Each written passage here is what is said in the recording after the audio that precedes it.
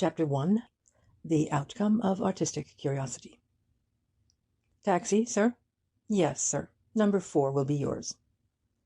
A red-faced, loud-breathing commissionaire, engaged in the lucrative task of pocketing sixpences as quickly as he could summon cabs, vanished in a swirl of mackintoshes and umbrellas.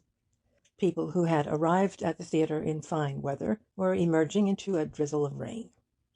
All London, as the phrase goes, was flocking to see the latest musical comedy at Daly's, but all London, regarded thus collectively, is far from owning motor cars or even affording taxicabs, so the majority of the playgoers were hurrying on foot towards the tube railways and omnibus routes.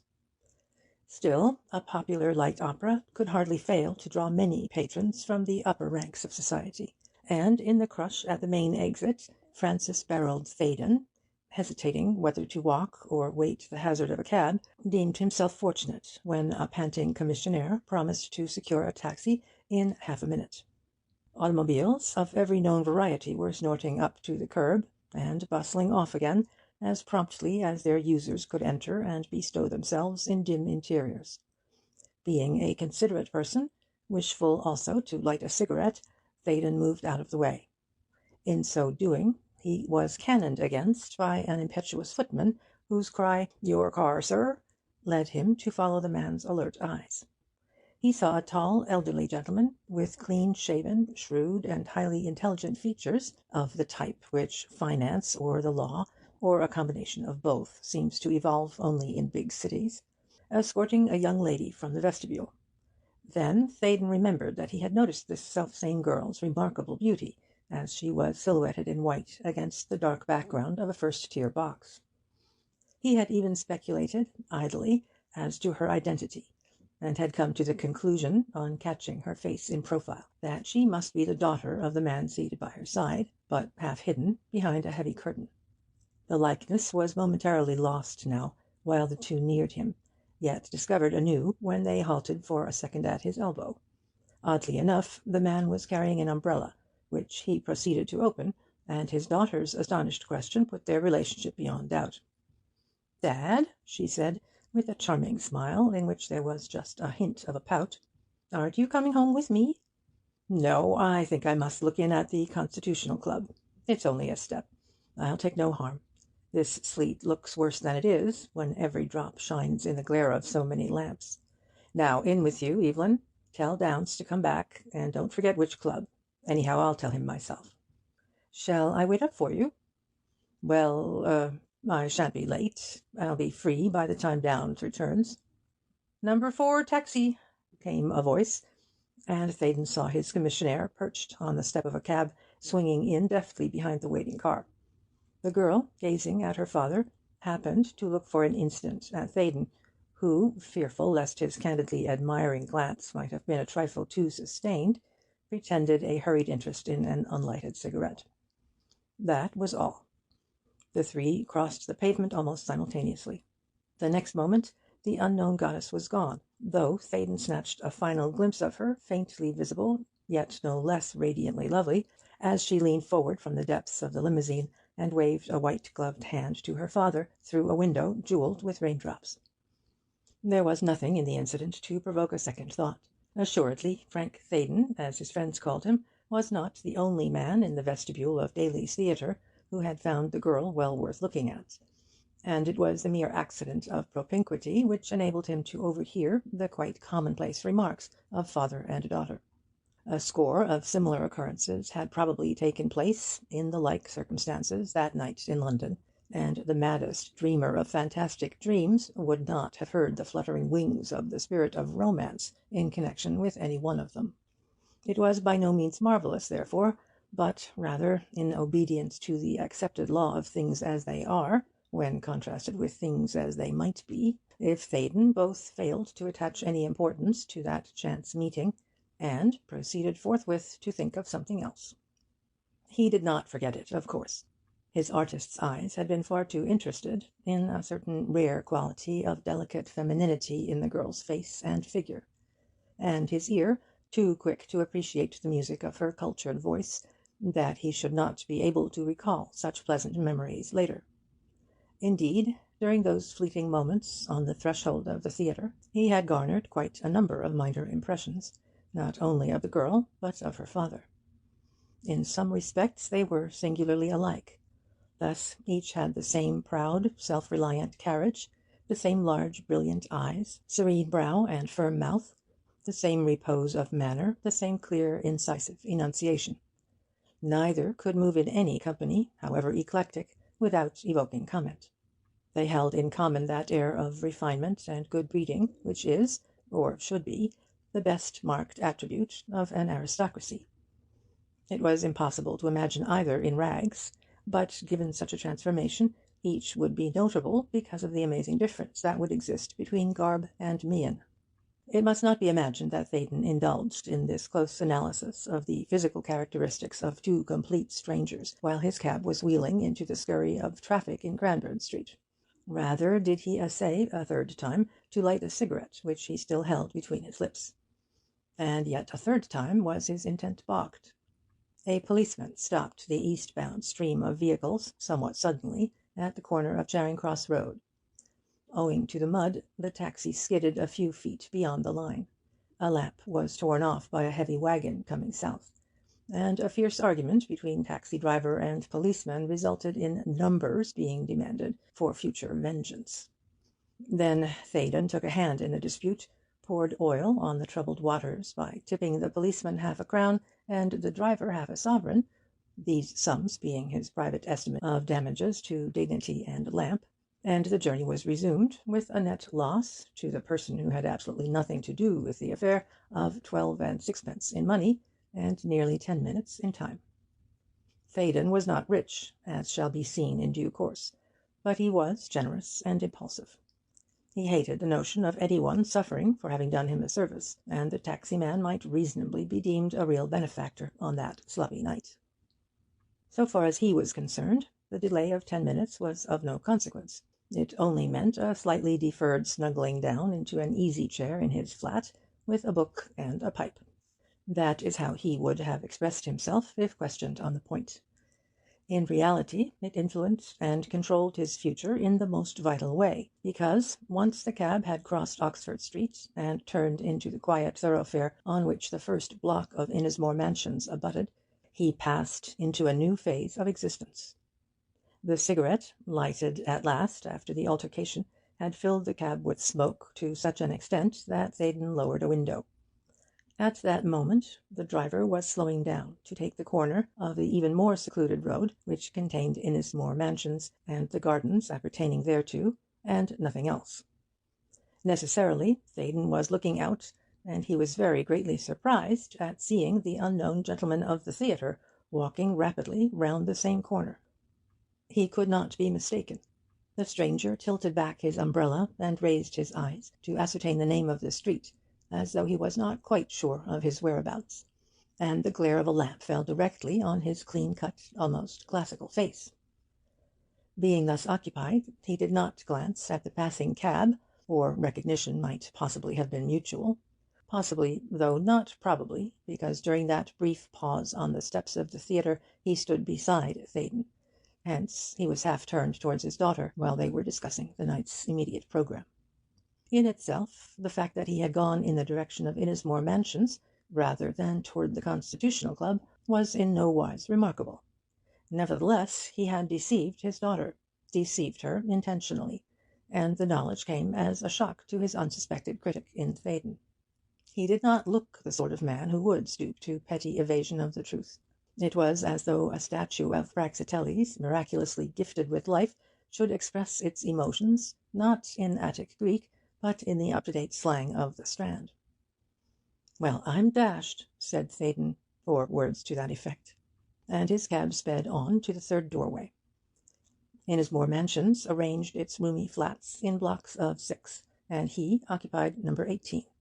He held a florin in readiness. The rain, now falling heavily, did not encourage any loitering on the pavement. For all that, he saw, out of the tail of his eye, that the other man was approaching, though he had paused to examine the numbers blazoned on a lamp over the first doorway.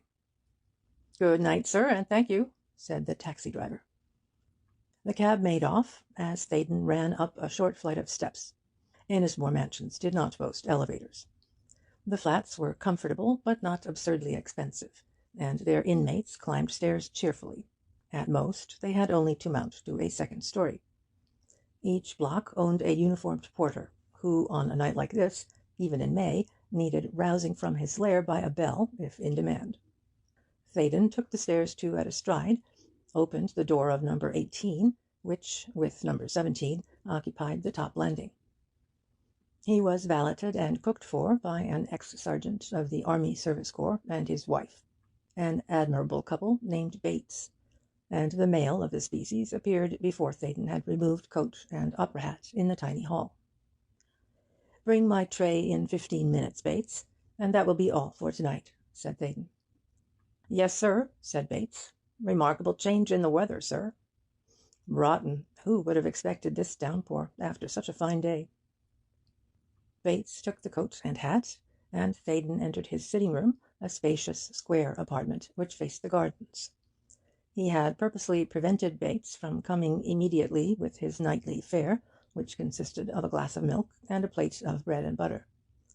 Truth to tell, the artistic temperament contains a spice of curiosity, which is, in some sense, an exercise of the perceptive faculties.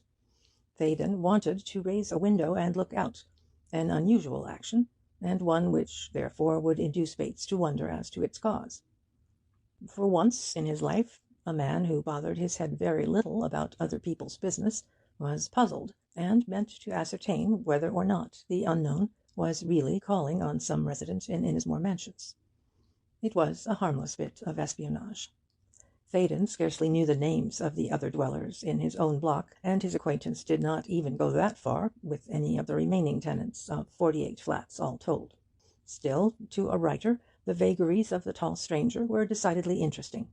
So he did open a window, and did thrust his head out, and was just in time to see the owner of the limousine, which would call at the Constitutional Club in a quarter of an hour, mount the steps leading to numbers 13 to 18. Somehow, the discovery gave Theydon a veritable thrill. Could that pretty girl's father, by any chance, be coming to visit him? A wildly improbable development had been whittled down to a 5-to-1 chance. He closed the window and waited, yes, actually waited, for the bell to ring. The sitting-room door was open, and it faced the hall door. Footsteps sounded sharply on the slate steps of the stairway. When Theydon heard someone climbing to the topmost landing, he was almost convinced that, as usual, the unexpected was about to happen. It did happen, but took its own peculiar path. The unknown rang the bell of number 17, and after a slight delay was admitted. Theydon smiled at the anticlimax. A trivial mystery had developed along strictly orthodox lines. A rather good-looking and distinctly well-dressed lady, a Mrs. Lester, occupied number 17. She lived alone too, he believed. At any rate, he had never seen any other person, except an elderly servant, enter or leave the opposite flat, and he had encountered the tenant herself so seldom that he was not quite certain of recognizing her apart from the environment of the staircase, which provided their occasional meeting-place.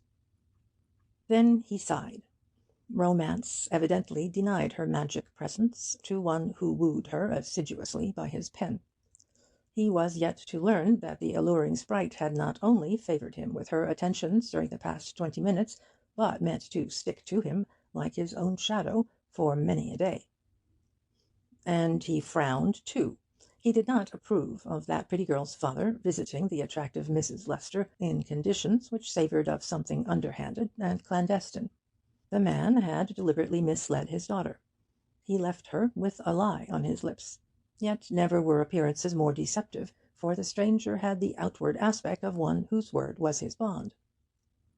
"Oh, dash it all, what business is it of mine, anyhow?" growled Theydon, and he laughed sourly as he sat down to write a letter which Bates could take to the post, thus himself practising a slight deceit intended solely to account for the deferred bringing of the tray. It was apparently an unimportant missive, which could well have been postponed till the morning, being merely an announcement to a firm of publishers that he would pay a business call later in the week. In less than 5 minutes, it and another, making an appointment for Wednesday, this being the night of Monday, were written, sealed, directed, and stamped. He rang.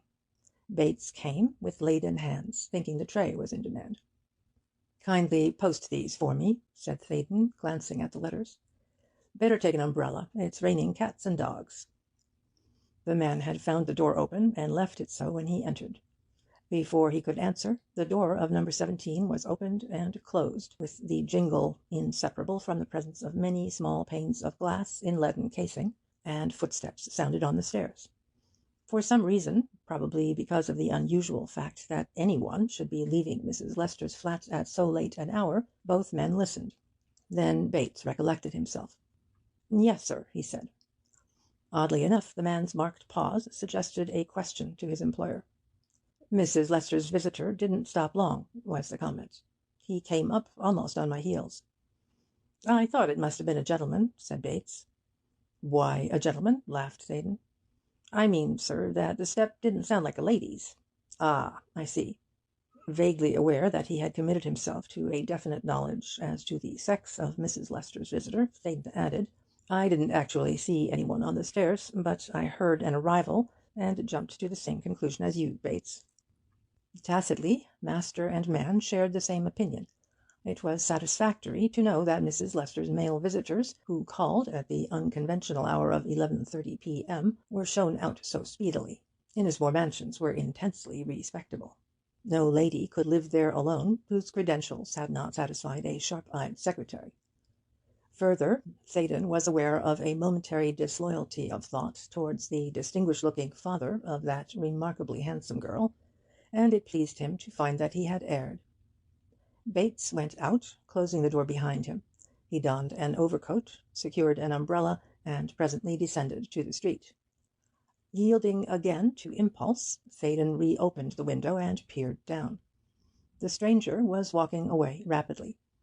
A policeman, glistening in cape and overalls, stood at the corner near a pillar box. The tall man, who topped the burly constable by some inches, halted for a moment to post a letter.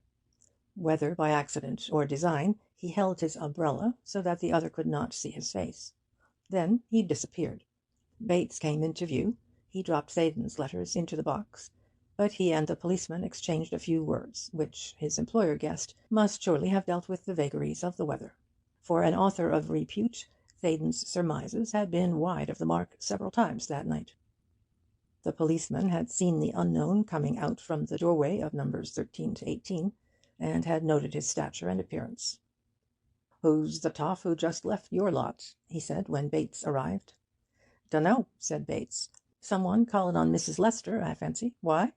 "Oh, nothing. Only, if I was togged up regardless on a night like this, I'd blue a cab fare." "I didn't see him myself," commented Bates. "My boss heard him come, and both of us heard him go. He didn't stay more'n 5 minutes." "Wish I was in his shoes. I've got to stick round here till 6 in the morning," grinned the policeman. "Well, cheero, mate, cheero." Bates looked in on his master before retiring for the night. "What time shall I call you, sir?" he said. Theydon was in the pipe and book stage, having exchanged his dress coat for a smoking jacket. He was reading a treatise on aeronautics, and, like every novice, had already formulated a flying scheme which would supersede all known inventions. "Not later than 8, he said. "I must be out by 9. And by the way, I may as well tell you now, after lunch tomorrow I am going to Brooklands. I return to Waterloo at 6:40, and as I have to dine in the West End at 7:30, and my train may be a few minutes behind time, I want you to meet me with a suitcase at the hairdresser's place on the main platform. I'll dress there and go straight to my friend's house. It would be cutting things rather fine if I attempted to come here." "I'll have everything ready, sir." Bates was eminently reliable in such matters. He could be depended on to the last stud. The storm which had raged overnight must have cleared the skies for the following day, because Theydon never enjoyed an outing more than his trip to the famous motor track. His business there, however, lay with aviation. A popular magazine had commissioned him to write an article summing up the progress and practical aims of the airmen, and he was devoting afternoon and evening to the quest of information. A couple of experts and a photographer had given him plenty of raw material in the open, but he looked forward with special zest to an undisturbed chat that night with Mr. James Forbes, millionaire and philanthropist, whose peculiar yet forcible theories as to the peaceful conquest of the air were for the hour engaging the attention of the world's press. He had never met Mr. Forbes. When on the point of writing for an appointment, he had luckily remembered that the great man was a lifelong friend of the professor of physics at his, Theydon's, university, and a delightfully cordial introductory note was forthcoming in the course of a couple of posts. This brought the invitation to dinner. "On Tuesday evening I am dining en famille," wrote Mr. Forbes, "so if you are free to join us, come at 7:30, and we can talk uninterruptedly afterwards." The train was not late. Bates, erect and soldierly, was standing at the rendezvous. With him were two men whom Theydon had never before seen. One, a bulky, stalwart, florid-faced man of 40, had something of the military aspect. The other supplied his direct antithesis, being small, wizened, and sallow. The big man had a round bullet head, prominent blue eyes, and the cheekbones, chin, and physical development of a heavyweight pugilist. His companion, whose dark and recessed eyes were noticeably bright too, could not be more than half his weight, and Theydon would not have been surprised if told that this diminutive person was a dancing master. Naturally he classed both as acquaintances of his valet, encountered by chance on the platform at Waterloo. He was slightly astonished, therefore, when the two faced him together with Bates. A dramatic explanation of their presence was soon supplied. "These gentlemen, sir, are Chief Inspector Winter and Detective Inspector Furneaux of Scotland Yard," said the ex-sergeant, in the awed tone which some people cannot help using when speaking of members of the Criminal Investigation Department. Though daylight had not yet failed, it was rather dark in that corner of the station, and Theydon saw now, what he had not perceived earlier, that the usually sedate Bates was pale and harassed-looking. "Why, what's up?" he inquired, gazing blankly from one to the other of the ominous pair. "Haven't you seen the evening papers, Mr. Theydon?" said Winter, the giant of the two. "No, I've been at Brooklands since 2 o'clock. But what is it?" "You don't know, then, that a murder was committed in Innismore Mansions last night or early this morning?" "Good Lord, no. Who was killed?" "A Mrs. Lester, the lady—" "Mrs. Lester, who lives in number 17? "Yes." "What a horrible thing! Why, only the day before yesterday I met her on the stairs." It was a banal statement, and Theydon knew it, but he blurted out the first few crazy words that would serve to cloak the monstrous thought which leaped into his brain.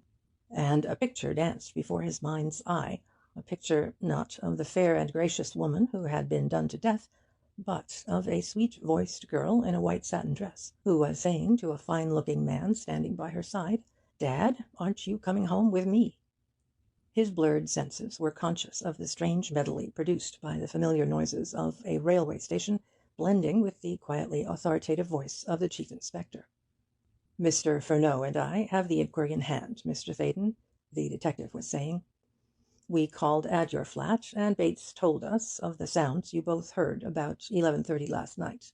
I'm afraid we have rather upset you by coming here, but Bates was unable to say what time you would return home, so I thought you would not mind if we accompanied him in order to find out the hour at which it would be convenient for you to meet us at your flat. This evening, of course." "You certainly have given me the shock of my life," Theydon gasped. "That poor woman dead, murdered. It's too awful. How was she killed?" "She was strangled." "Oh, this is dreadful. Shall I wire an apology to the man I'm dining with?"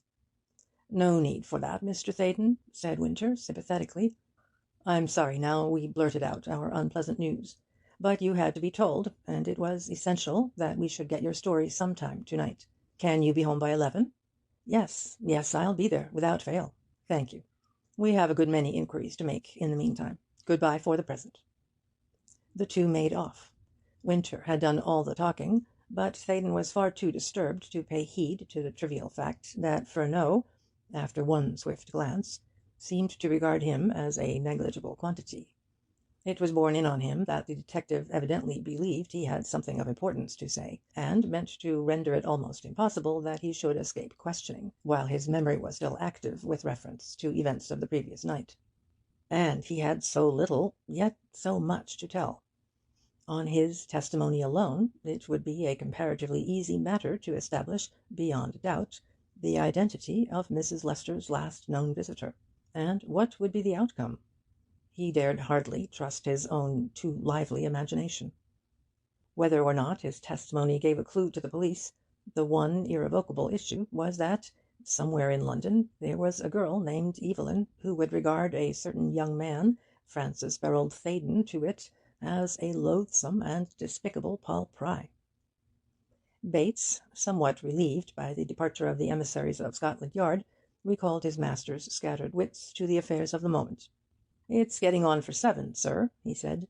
"I've engaged a dressing-room." "Tell you what, Bates," said Theydon abstractedly, "it is my fixed belief that you and I could do with a brandy and soda apiece." "That would be a good idea, sir." The good idea was duly acted on. While Theydon was dressing, Bates told him what little he knew of the tragedy, which was discovered by Mrs. Lester's maid when she brought a cup of tea to her mistress's bedroom at 10 o'clock that morning. Bates himself was the first person appealed to by the distracted woman, and he had the good sense to leave the body and its surroundings untouched until a doctor and the police had been summoned by telephone. Thenceforth the day had passed in a whirl of excitement, active in respect to police inquiries, and passive in its resistance to newspaper interviewers. He saw no valid reason why his employer's plans should be disturbed, so made no effort to communicate with him at Brooklands. "Them texts were very pressin', sir," said Bates, rather indignantly. "Very pressin', especially the little one. He almost wanted to know what we had for breakfast." At that Theydon laughed dolefully, and, as it happened, Bates's grim humour prevented him from ascertaining the exact nature of Furneaux's pertinacity. Moreover, the time was passing. At 7:15 Theydon called a taxi and was carried swiftly to Mr. Forbes's house in Belgravia, while Bates disposed himself and the dressing-case on top of a north-bound omnibus. The mere change of clothing, aided by the stimulant, had cleared Theydon's faculties. Though he would gladly have foregone the dinner, he realized that it was not a bad thing that he should be forced, as it were, to wrench his thoughts from the nightmare of a crime with which such a man as Evelyn's father might be associated, even innocently. At any rate, he was given some hours to marshal his forces for the discussion with the representatives of Scotland Yard. He knew well that he must then face the dilemma boldly. 2 courses were open. He could either share Bates's scanty knowledge, no more and no less, or avow his ampler observations. And why should he adopt the first of these alternatives? Was he not bringing himself practically within the law? Why should any man be shielded, no matter what his social position, or how beautiful his daughter, who might possibly have caused the death of the pleasant-mannered and ladylike woman, fated now to remain forever a tragic ghost, in the memory of one who had dwelt under the same roof with her for 5 months? It was a thorny problem, yet it permitted of only one solution. Duty must be done, though the heavens fell. This conviction grew on Theydon as his cab scurried across the Thames and along Birdcage Walk. A petty conceit could not be allowed to sweep aside the first principles of citizenship. Indeed, so reassuring was this reasoned judgment that he felt a sense of relief as he paid off the cab and rang the bell of the Forbes mansion. He gave his name to a footman, who disposed of his overcoat and hat and led him to an upstairs drawing-room. Even the most fleeting glances at hall and staircase revealed evidences of a highly trained artistic taste, gratified by great wealth. The furniture, the china, the pictures, were each and all rare and well chosen. "Mr. Theydon," announced the man, throwing wide the door.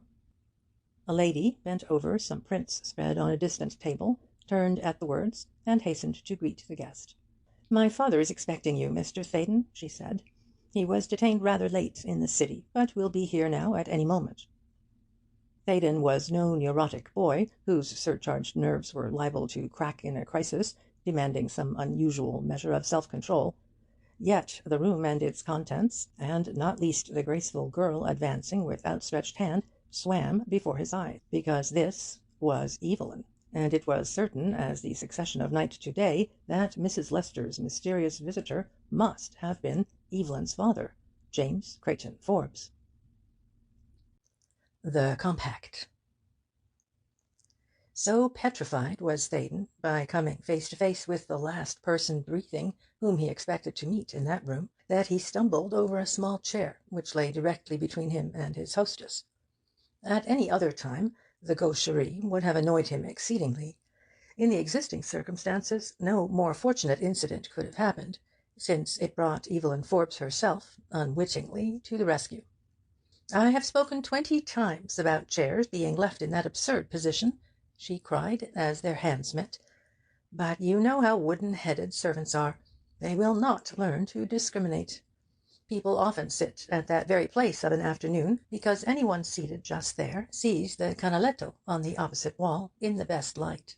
When the lamps are on, the reason for the chair simply ceases to exist, and it becomes a trap for the unwary. You are by no means the first who has been caught in it."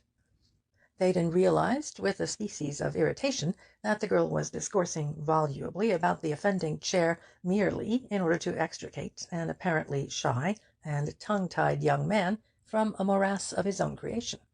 That an author of some note should not only behave like a country bumpkin, but actually seem to need encouragement so that he should feel at home in a London drawing-room, was a fact so ridiculous that it spurred his bemused wits into something approaching their normal activity.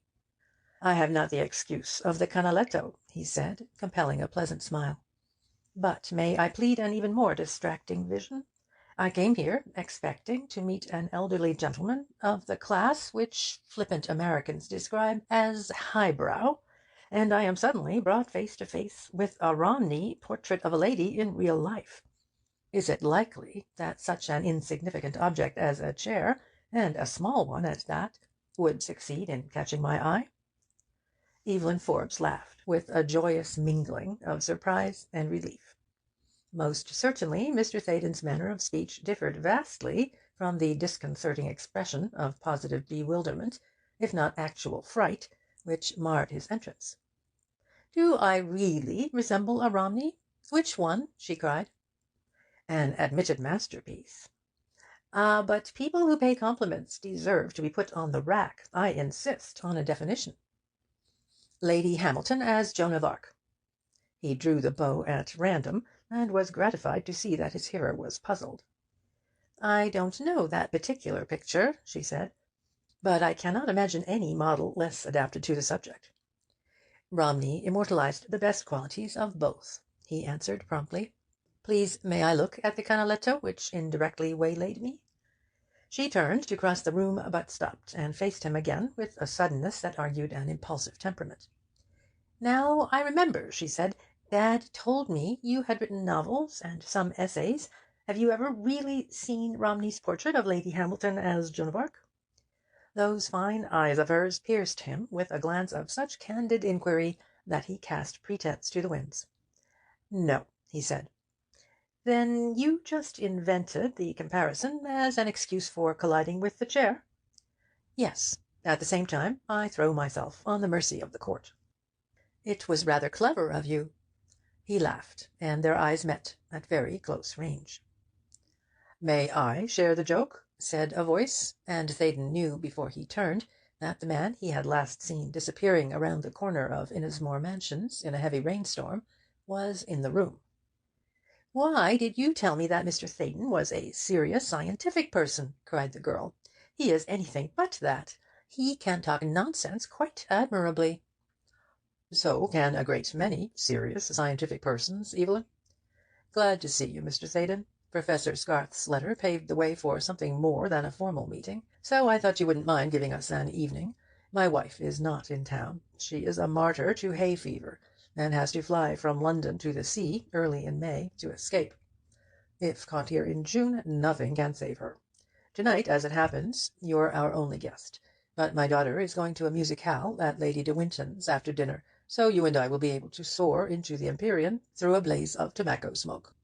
Standing there in that delightful drawing-room, made welcome by a man like Forbes, and admitted to a degree of charming intimacy by a girl like Forbes's daughter, Theydon tried to believe that his meeting with these ill-omened detectives at Waterloo Station was in some sort a figment of the imagination.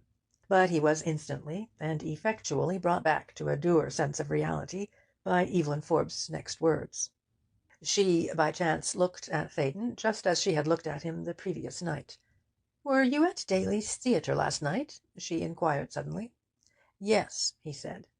Then, finding there was no help for it, he went on. "You and I have hit on the same discovery, Miss Forbes.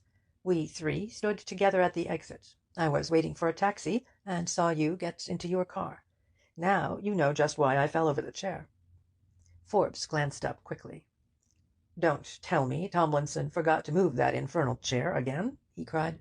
"Really, I must get rid either of our butler or of the Canaletto, yet I prize both." "Don't blame Tomlinson, Dad," laughed the girl. "If Mr. Theydon hadn't made an unconventional entry, we would have talked about the weather, or something equally stupid." At that moment Tomlinson himself, imperturbable and portly, announced that dinner was served. The three descended the stairs, chatting lightly about the musical comedy witnessed overnight. It was no new revelation to Theydon that truth should prove stranger than fiction, but the trite phrase was fast assuming a fresh and sinister personal significance. He believed, and not without good reason, that no man living had ever undergone an experience comparable with his present adventure. When he left that house, he was going straight to two officers of the law, whose bounden duty it would be to call upon Mr. Forbes for a full and true explanation of his visit to Mrs. Lester, provided, that is, he, Theydon, told them what he knew. Talk about a death's head grinning at a feast! At that bright dinner-table he was prey to keener emotion than ever shook a Borgia entertaining one whom he meant to poison. In sheer self-defence he talked with an animation he seldom displayed. Evelyn was evidently much taken by him, and, fired by her manifest interest, he indulged in fantastic paradox and wild flights of fancy. Seemingly his exuberance stimulated Forbes, himself a well-informed and epigrammatic talker. An hour sped all too soon. The girl rose with a sigh. "It's too bad that I should have to go," she said. "I shall be bored stiff at Lady De Winton's. But I can't get out of it, except by telling a positive fib over the telephone. Dad, next time you ask Mr. Theydon to dinner, please let me know in good time, and neither of you will be rid of me so easily." She shook hands with Theydon. While she was giving her father a parting kiss, the guest moved to the door and held it open. As she passed out, she smiled, and her eyes said plainly, "I like you. Come again soon." Then she was gone, and the pleasant room lost some of its glow and colour. "Don't sit down again, Theydon," said Forbes, rising. "We'll have coffee brought to my den. What is your favourite liqueur? Or shall we tell Tomlinson to send along that decanter of port? It's a first-rate wine. Another glass won't hurt you, or me, for that matter." Theydon had hardly dared to touch the champagne supplied during the meal. Abstemious at all times, because he found that wine or spirits interfered with his capacity for work, he felt that a clear head and steady nerves were called for that night more than any other night in his life. Following the lead given by his host, therefore, he elected for the port. "You are right, too," said Forbes. "You remember Dr. Johnson's dictum, 'Claret is the liquor for boys, port for men, but he who aspires to be a hero must drink brandy.' To-night, not aspiring to the heroic, will stick to port." "It is a curious fact that on my return from Brooklands to-day I took a glass of brandy," confessed Theydon. "I seldom, if ever, drink any intoxicant before dining, but I needed a stimulant of a sort, and some unknown tissue in me cried aloud for brandy." He hoped vaguely that the comment would lead to something more explicit, and thus bring him, without undue emphasis, so to speak, to the one topic on which he was now resolved to obtain a decisive statement from the man chiefly concerned, before he faced the representatives of Scotland Yard. But Forbes, motioning to an easy-chair in a well-appointed library, and flinging himself into another, gave heed only to the one word Brooklands. "Did you fly?" he asked. "No, I was soaking in theory, not practice." "Ah, theory. It would indeed seem to be true that, folded away in some convolution of our brains, are the faculties of the fish and the bird. Those latent powers are expanding daily. The submarine has already gone far beyond the practical achievement of aerial craft. But why, in the name of humanity, should every such development of man's almost immeasurable resources be dedicated to warlike purposes? I am sick at heart when I hear the first question put in these days to each inventor: can you enable us to kill more of our fellow men than we can kill with existing appliances? Is it a new engine, a new amalgam of metals, a new explosive, a new field of electrical energy? One hears the same vulture's cry.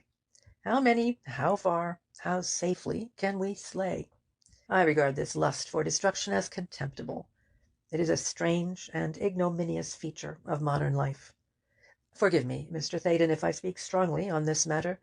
The men who spread the bounds of science today are, nominally at any rate, Christians. They tell of peace and goodwill to all, yet prepare unceasingly for some awful Armageddon. Footnote: this story was written before the outbreak of war in 1914. We teach Christ's gospel in pulpit and schoolhouse, strive to express it in our laws, obey it in our lives and social relations. Yet we are armed to the teeth, and ever arming, adding strength to the plates of our warships, and distance to the range of our guns, constantly riveting and welding and forging monsters which shall shatter men and cities and states. It was not the younger man now who talked brilliantly and forcibly. Theydon, frankly abandoning the effort to twist the conversation to that enigma which, the more he saw and heard of Forbes, the more incredible it became, listened enthralled to one who spoke with the conviction of an earnest prophet. "Don't imagine that I am framing an indictment against Christianity," went on Forbes passionately. "The Sermon on the Mount inspires all that is great and noble in our everyday existence, all that is eternally beautiful in our dreams of the future. But why this din of war, this smoke of arsenals, this marching and drilling of the world's youth? Nature's law appears to have two simple clauses. It enforces a principle in the struggle for existence, a test in the survival of the fittest. Great heavens, are these not enough without having our ears deafened by powder and drumming? That is why I am devoting a good deal of time and no small amount of money to an international crusade against the warlike idea. And I see no reason why a beginning should not be made with the airship and the airplane. We are too late with the submarine, but before the golden hour passes, let us stop the navigation of the air from forming part of the equipment of murder. Surely it can be done. England and the United States, Italy, France, and the rest of Europe, the founts of civilization, can write the edict, with all the blazonry of their glorious histories to illuminate the page. There shall be no war in the air. Theydon was carried away in spite of himself. "You believe that the airship might develop along the unemotional lines of the parcel post?" he inquired. Forbes laughed. "Exactly," he said. "I like your simile. No one suggests that we Britons should endeavour to destroy our hated rivals by sending bombs through the mails. Why, then, in the name of common sense, should the first, I might say the only use of which the airship is commonly supposed capable, be that of destruction? Don't you see the instant result of a war-limiting ordinance of the kind I advocate? Suppose the peoples and the rulers declared in their wisdom that soldiers and war material should be contraband of the air, and suppose that airships do become vehicles of practical utility. What a farce would soon be all the grim fortresses, the guns, the giant steel structures, now designed as floating hells. Humanity has yet time to declare that the flying machine shall be as harmless and serviceable as the penny post. I believe it can be done. Come now, Mr. Theydon, I think you've caught on to my scheme. Will you help?" Help! Here was a man expounding a new evangel, which might indeed be visionary and impractical, but was none the less essentially noble and Christian in spirit. Yet Theydon was debating whether or not he should give testimony which would bring to that very room a couple of detectives whose first questions would make clear to Forbes that he was suspected of blood guiltiness. The notion was so utterly repellent that Theydon sighed deeply. His host not unnaturally looked surprised. "Of course, such a revolutionary idea strikes you as outside the pale of common sense," he began, but the younger man stayed him with a gesture. Here was an opportunity that must not be allowed to pass. No matter what the cost, if he never saw Evelyn Forbes or her father again, he must dispel the waking nightmare which held him in such an abnormal condition of uncertainty and foreboding. "Now that your daughter is gone, I may venture to speak plainly," he said. "I told you that I felt the need of a brandy and soda at Waterloo. As a matter of fact, I did not leave the Brooklands track until 6 o'clock, and as Innismore Mansions, where I live, lie north, and I was due here at 7:30, I had my man meet me at the station with a suitcase, meaning to change my clothes in the dressing-room there and come straight here. Guess my astonishment when I found Bates is the name of my factotum, in the company of two strangers, whom he introduced as representing the Criminal Investigation Department." He paused. He had brought in his own address skilfully enough, and kept his voice sufficiently under control that no tremor betrayed a knowledge of Forbes's vital interest in any mention of that one block of flats among the multitude. Now, for the first time, Innismore Mansions figured as his abode, the correspondence which led to the dinner having centred in his club. But not a flicker of eyelid nor twitch of mobile lips showed the slightest concern on Forbes's part. Rather did he display at once a well-bred astonishment on hearing Theydon's concluding words. "Do you mean detectives from Scotland Yard?" he cried. "Yes." Forbes smiled, and commenced filling a pipe. "Evidently they did not want you as a principal," he said. His tone was genial, but slightly guarded.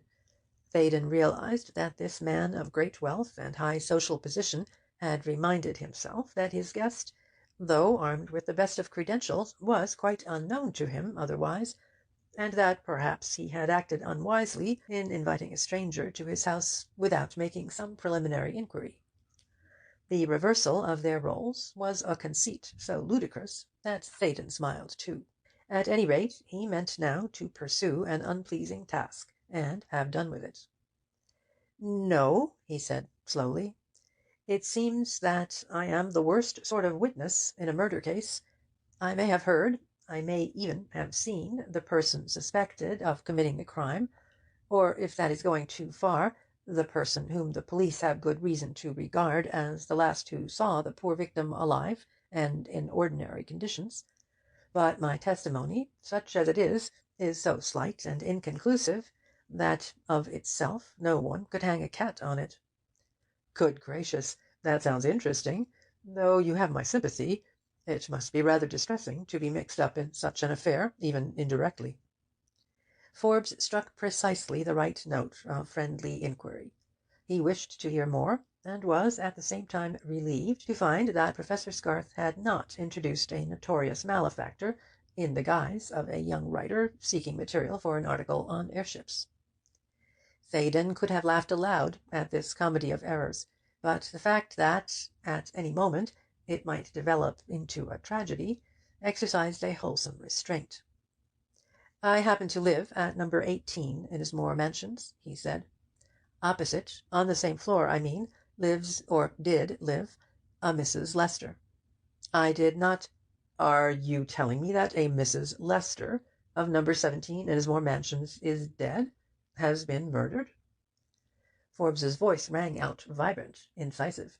His ordinarily pale face had blanched, and his deep-set eyes blazed with the fire of some fierce emotion. But beyond the slight elevation of tone and the change of expression, he revealed to Theydon's quietly watchful scrutiny no sign of the terror or distress which an evildoer might be expected to show on learning that the law's vengeance was already shadowing him, even in so remote a way as was indicated by the presence under his roof of a witness regarded by the police as an important one. "Yes," stammered Theydon, quite taken aback by his companion's vehemence. "Do you know the lady? If so, I am sorry. I spoke so unguardedly. Good heavens, man, don't apologize for that. I am not a child or weakling that I should flinch in horror from one of life's dramatic surprises. But are you sure of what you are saying? Mrs. Lester murdered? When?" "About midnight last night, the doctor believes. That is what Bates told me. I was so shaken on hearing the news, which was confirmed by the two detectives, that I really gave little heed to details. She was strangled, a peculiarly atrocious thing where an attractive and ladylike woman is concerned. I have never spoken to her, but have met her at odd times on the stairs. I was immeasurably shocked, I assure you. In fact, I was on the point of telegraphing an excuse to you for this evening, but the Chief Inspector, Winter, I think his name is, said it would suffice for his purpose if I met him at my flat about 11 o'clock, as he was engaged on other inquiries which would occupy the intervening hours. But if the news of this dastardly crime only reached you to-night at Waterloo Station, and you have no personal acquaintance with Mrs. Lester, what evidence can you give that will assist the police?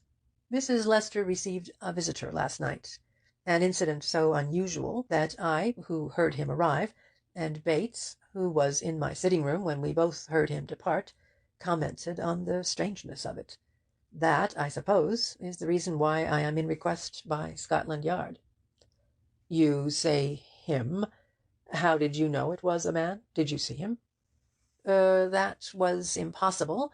We were in my flat, behind its closed door. Bates and I deduced his sex from the sound of his footsteps."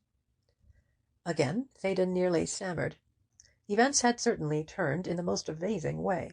Instead of carrying himself almost in the manner of a judge, he was figuring rather as an unwilling witness in the hands of a skilled and merciless cross-examining counsel. "Did the police officers supply any theory of motive for the crime? Was this poor woman killed for the sake of her few trinkets?" By this time Theydon was stung into a species of revolt. It was he, not Forbes, who should be snapping out searching questions. "I regret to say that my nerves were not sufficiently under control at Waterloo that I should listen carefully to each word," he said, almost stiffly. "Bates had picked up such information as was available, but he, though an ex-sergeant in the army, was so upset as to be hardly coherent.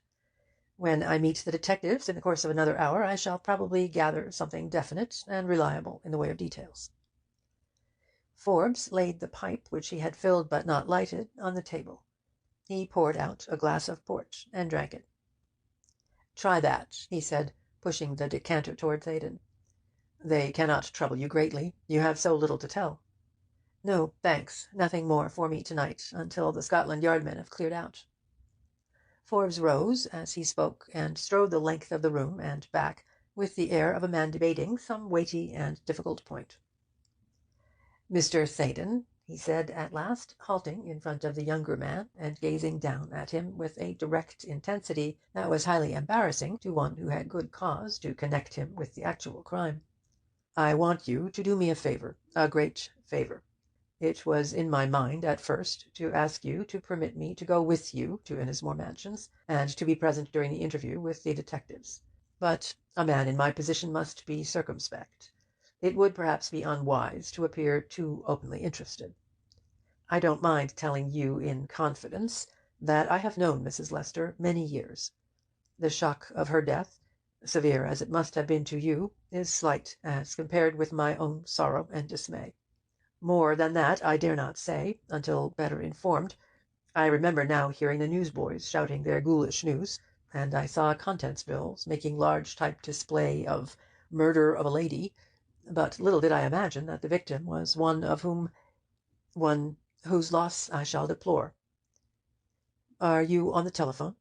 "Yes," said Theydon, thoroughly mystified anew by the announcement that Forbes had ever contemplated, or so much as hinted at, the astounding imprudence of visiting Ennismore Mansions that night. "Ring me up when the detectives have gone. I shall esteem your assistance during this crisis as a real service." For the life of him, Theydon could not frame the protest which ought to have been made without delay and without hesitation. "Yes," he said, "I'll do that. You can trust me absolutely." Thus was he committed to secrecy. That promise sealed his lips. In the toils.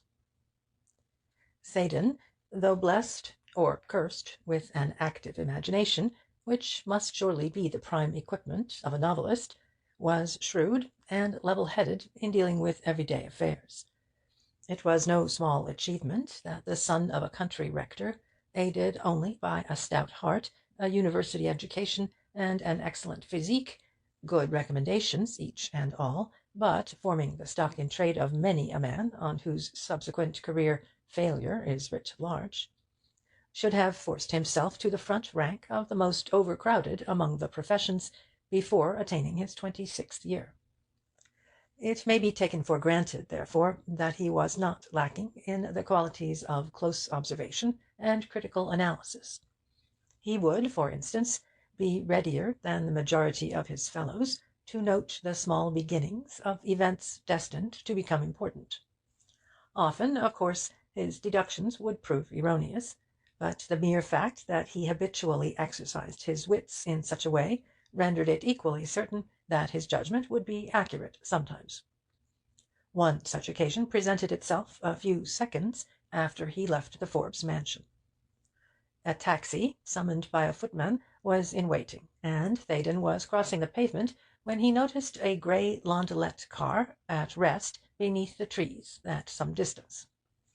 Mr. Forbes's house stood in a square, and the grey car had been drawn up on the quiet side of the roadway, being stationed there, apparently, to await its owner's behest. Grey cars are common enough in London, but they are usually of the touring class. Not often does one see a grey-painted landaulet. Hence, the odd, though hardly remarkable fact occurred to Theydon that a precisely similar grey automobile had occupied the centre of the station-yard at Waterloo when he took a taxi from the rank. Admittedly, he was in a nervous and excited state. It could hardly be otherwise after the strain of that astounding conversation with Forbes, and there was no prospect of the tension being relaxed until the close of the interview with the detectives, which he now regarded as the worse ordeal of the two.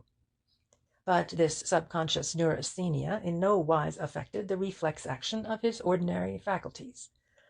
When, on leaving the square, and while his cab was rattling along an aristocratic thoroughfare leading to Knightsbridge, he peered through a tiny observation window in the back of the vehicle, and ascertained that the grey car was stealing along quietly about 100 yards in the rear, he began to believe that its presence both at Waterloo and outside Mr. Forbes's residence could not be wholly accidental. When he had watched its persistent treading on his heels along Piccadilly, its intent became almost unmistakable. The route to Innismore Mansions traversed some of London's main arteries, but despite the rush of traffic due to the first flight of homeward-bound playgoers, the grey car kept steadily on his track. Amused at first, he became angry because of a notion which grew out of the wonderment of finding himself the object of this persistent espionage. To make sure, and at the same time discover the sort of person who was spying on him, he adopted a ruse. Leaning out, when about to cross Oxford Street into Tottenham Court Road, he said to his driver, "Turn sharp to the right in Store Street and pull up. I'll tell you when to go on again." The man obeyed. Theydon posted himself at the outer window, and in a space of time so short that the excellence of the grey car's accelerator was amply demonstrated, the pursuer swung into sight. A stolid-faced chauffeur at the wheel did not appear discomfited at coming on his quarry thus unexpectedly. He whirled past, seemingly quite oblivious of Theydon's fixed stare. Though the weather was mild, he wore an overcoat with upturned collar, so that between its protecting flaps and a low-peaked cap his face was well hidden. Still, Theydon received an impression of a curiously wooden physiognomy. The man might have been an automaton for all the heed he gave to the taxi or its inquisitive occupant, but his aspect was almost forgotten in the far stranger discovery that the car was empty. Both windows were open, and the bright lights of a corner shop flashed into the interior, yet not a soul was visible. Moreover, the car sped on unhesitatingly, stopping some 200 yards ahead. So far as Theydon could tell, no one alighted. He jotted down the number XY1314 on his shirt cuff. "Did you happen to see that car waiting near the house I came from?" he said to the taxi-man, who of course provided an interested audience of one. "Yes, sir," was the ready answer. "It's not a London car. I've never seen them letters afore." In other words, it may be a faked number? Likely enough, sir, but rather risky. The police are quick at spotting that sort of thing. Can you take a hand in the game? I want to know where that car goes to." The man grinned.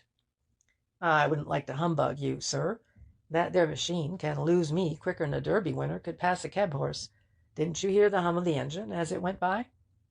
"Thanks. Now go ahead to Innismore Mansions." He was paying the driver when the gray car stole quietly past the end of the street, and that was the last he saw of it. "There it goes again, sir," said the man. "Tell you what, give me your name and address. I'll make a few inquiries, and keep me eyes open as well, and if I hear anything, I'll let you know." Theydon scribbled the number of his flat on a card. "There you are," he said.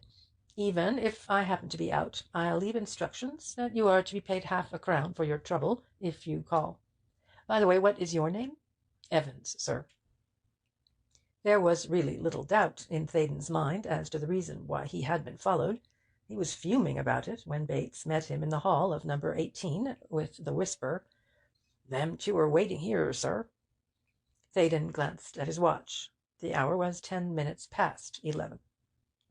"Sorry I'm late, gentlemen," he said on entering the sitting-room and finding the detectives seated at his table, seemingly comparing notes, because the chief inspector was talking while Furneaux, the diminutive, was glancing at a notebook. "We have no reason to complain of being kept waiting a few minutes in such comfortable quarters," said Winter pleasantly. "Oh, I fancy I was detained by some zealous assistants of yours," said Theydon, determined to carry the war into the enemy's territory. At that, Furneaux looked up quickly. "Will you kindly tell me just what you mean, Mr. Theydon?" said Winter. "Why, is it news to you that a grey limousine car stalked me from Waterloo to my friend's house, waited there 3 hours or more, and has carefully escorted me home? I dislike that sort of thing. Moreover, it strikes me as stupid. I didn't kill Mrs. Lester. It will save you and me a good deal of time and worry if you accept that plain statement as a fact." "Won't you sit down?" said Winter quietly. "And may I smoke? I didn't like to ask Bates for permission to light up in your absence." Theydon was not to be outdone in coolness. He opened a corner cupboard and produced various boxes. "The cigars are genuine Havanas," he said, "a birthday present from a maiden aunt, who is wise enough to judge the quality of tobacco by the price. Here, too, are Virginian, Turkish, and Egyptian cigarettes." Winter inspected the cigars gravely. "By Jove!" he cried, his blue eyes bulging in joyous surprise. "Last year's crop from the Don Juan y Hierro plantation. Treasure that aunt of yours, Mr. Theydon. None but herself can be her equal."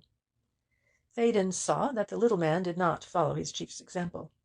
"Don't you smoke?" he said. "No, but if you'll not be horrified, I would like to smell one of those Turks." "Smell it?" "Yes, that is the only way to enjoy the aroma and avoid nicotine poisoning. My worthy chief dulls a sound intellect by the cigar habit.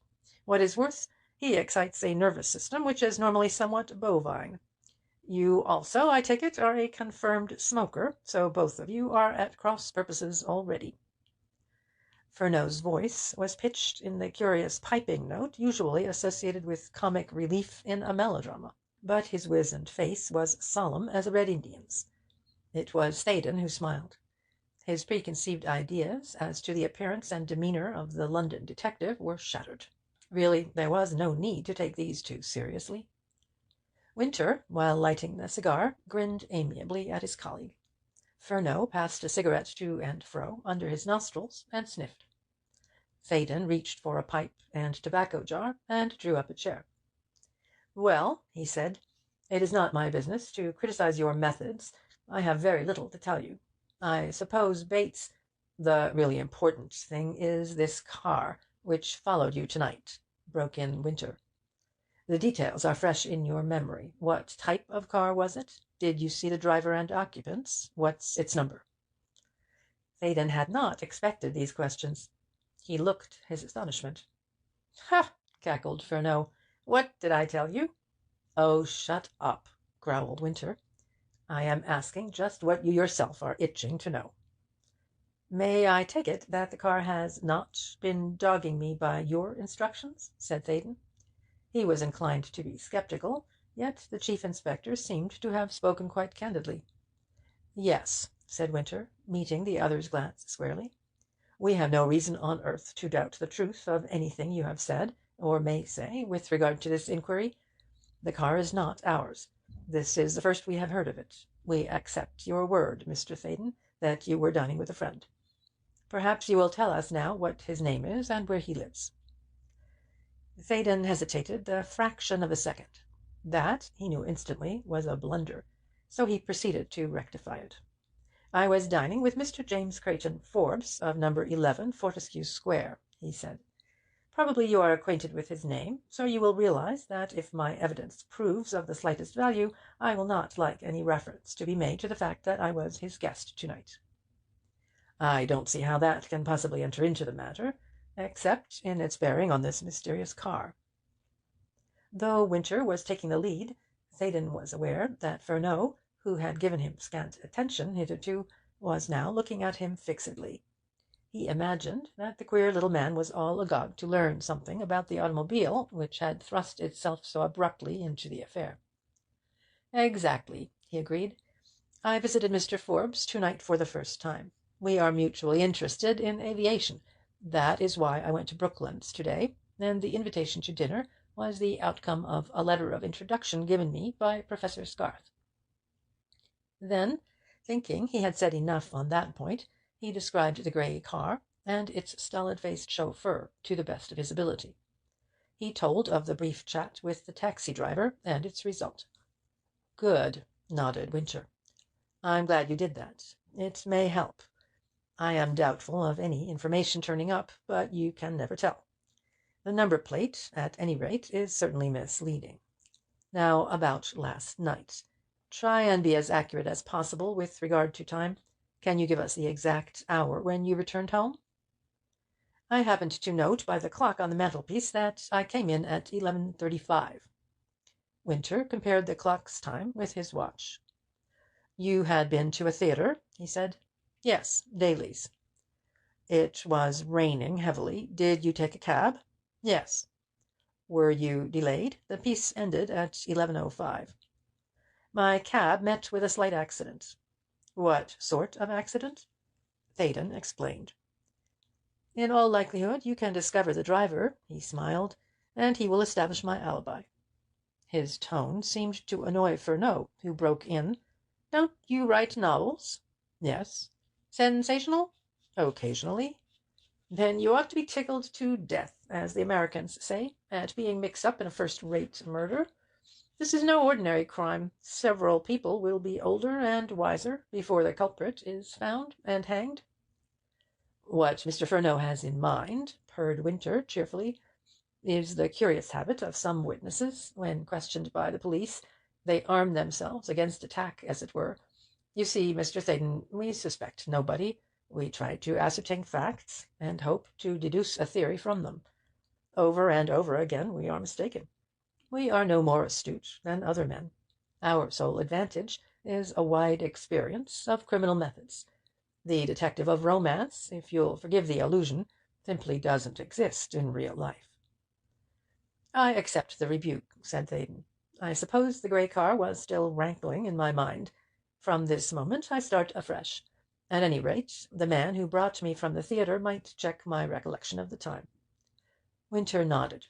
He was evidently pleased that Theydon was inclined to share his view of the difficulties Scotland Yard encountered in its fight against malefactors. Did you see or meet anyone in particular while your car approached these mansions, or when you ascended the stairs? No, said Theydon. He perceived intuitively that if the detectives found the driver of the taxi which brought him from the theatre, it was possible the man might have noticed Forbes, who had certainly been scrutinized a few minutes later by a policeman. So he hastened to add, You said anyone in particular. I did see a tall, well-dressed gentleman at the corner of the street, but there is nothing remarkable in that. Which way was he heading? In this direction. Then it is conceivable that he might be the man who called on Mrs. Lester? Yes. Aren't you pretty sure he was the man? Theydon permitted himself to look astonished. I? He said. How can I be sure? If you mean that, judging from the interval of time between my seeing him at the corner and the sound of footsteps on the stairs, followed by the opening of the door at number 17, it could be he, I accept that. Winter nodded again. Apparently he was content with Theydon's correction. As the weather was bad, you probably hurried in when your cab stopped, he said. That is equivalent to saying you credit me with sense enough to get in out of the wet, smiled Theydon. Just so. And you wore an overcoat which you removed on entering your hall? Yes. And Theydon's tone showed a certain bewilderment at these trivialities. Then, if you paid no special heed to the movements of the tall gentleman you've mentioned, why did you open one of these windows and look out soon after Bates went to the post?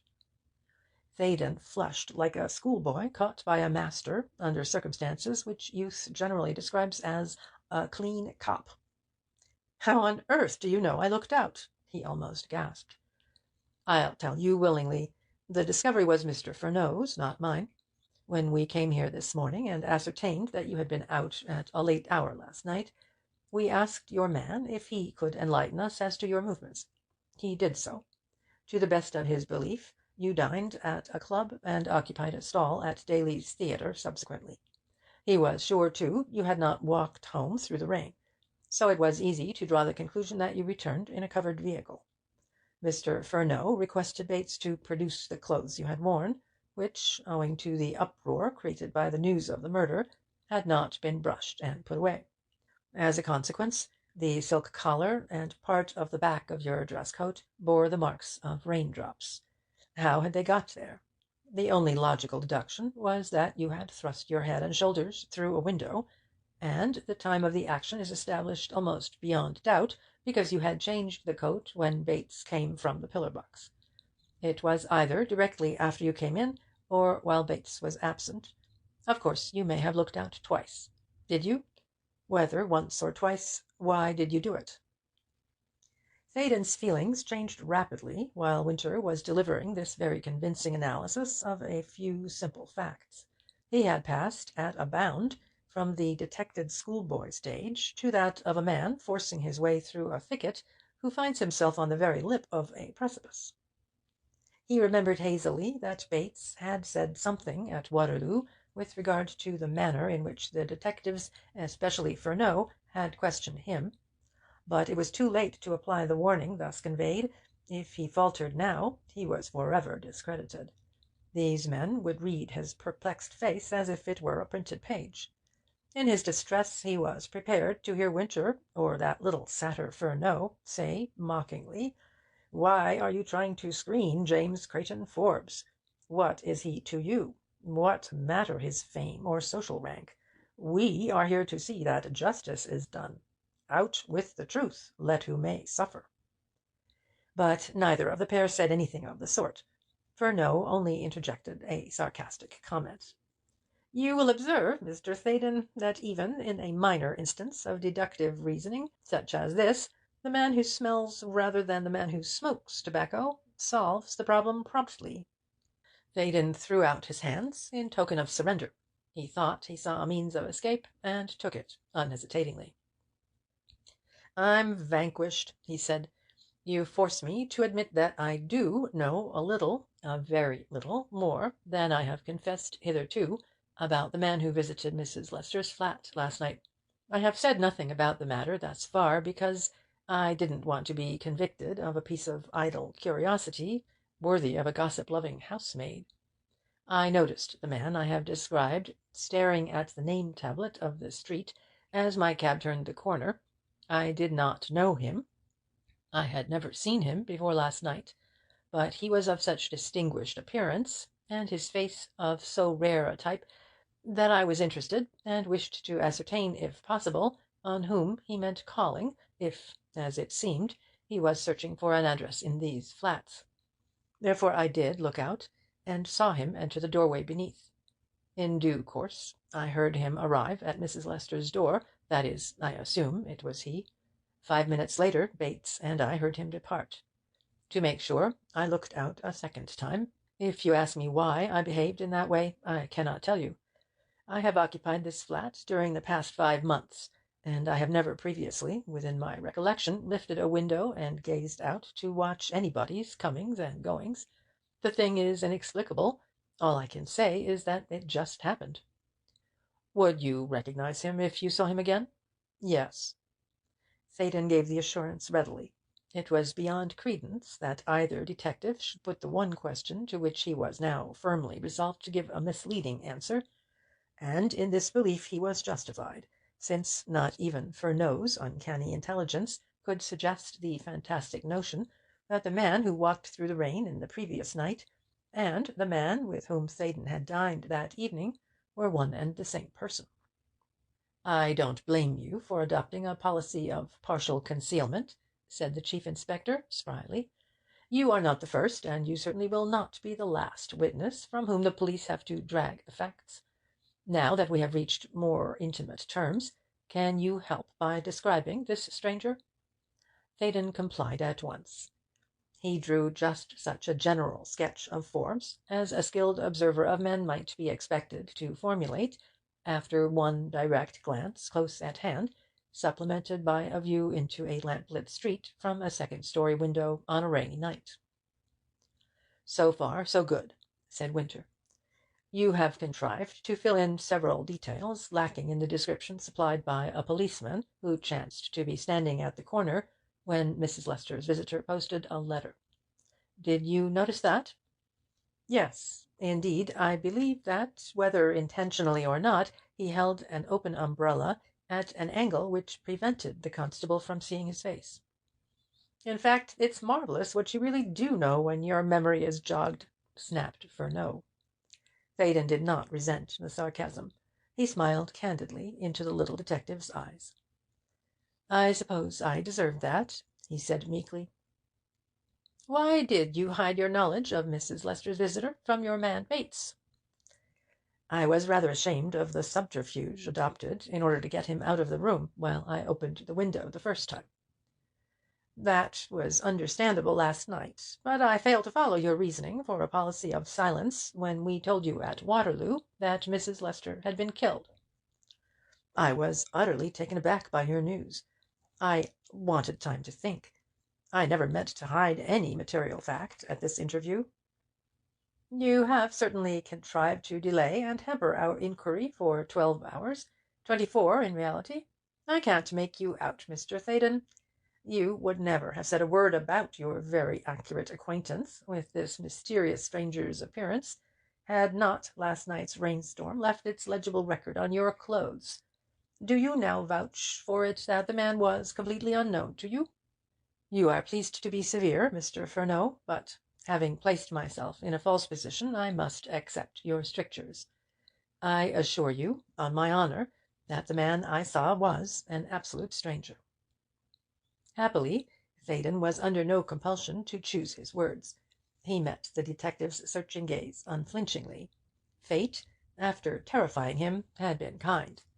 If Furneaux had expressed himself differently, if, for instance, he had said, "Had you ever before seen this man, or have you now any reason for believing that you know his name?" he would have forced Theydon's hand in a way he was far from suspecting. "It may surprise you to hear," piped the shrill, cracked voice, "that there are dozens of policemen walking about London who would arrest you on suspicion had you treated them as you have treated us." "Then I can only say that I am fortunate in my inquisitors," smiled Theydon. Winter held up a massive fist in deprecation of these acerbities. "You have nothing more to tell us?" he queried. "Nothing." "Then we need not trouble you further to-night. Of course, if luck favours us, and we find the gentleman with the classical features, the most unlikely person to commit a murder I have ever heard of, we shall want you to identify him. I am at your service any time.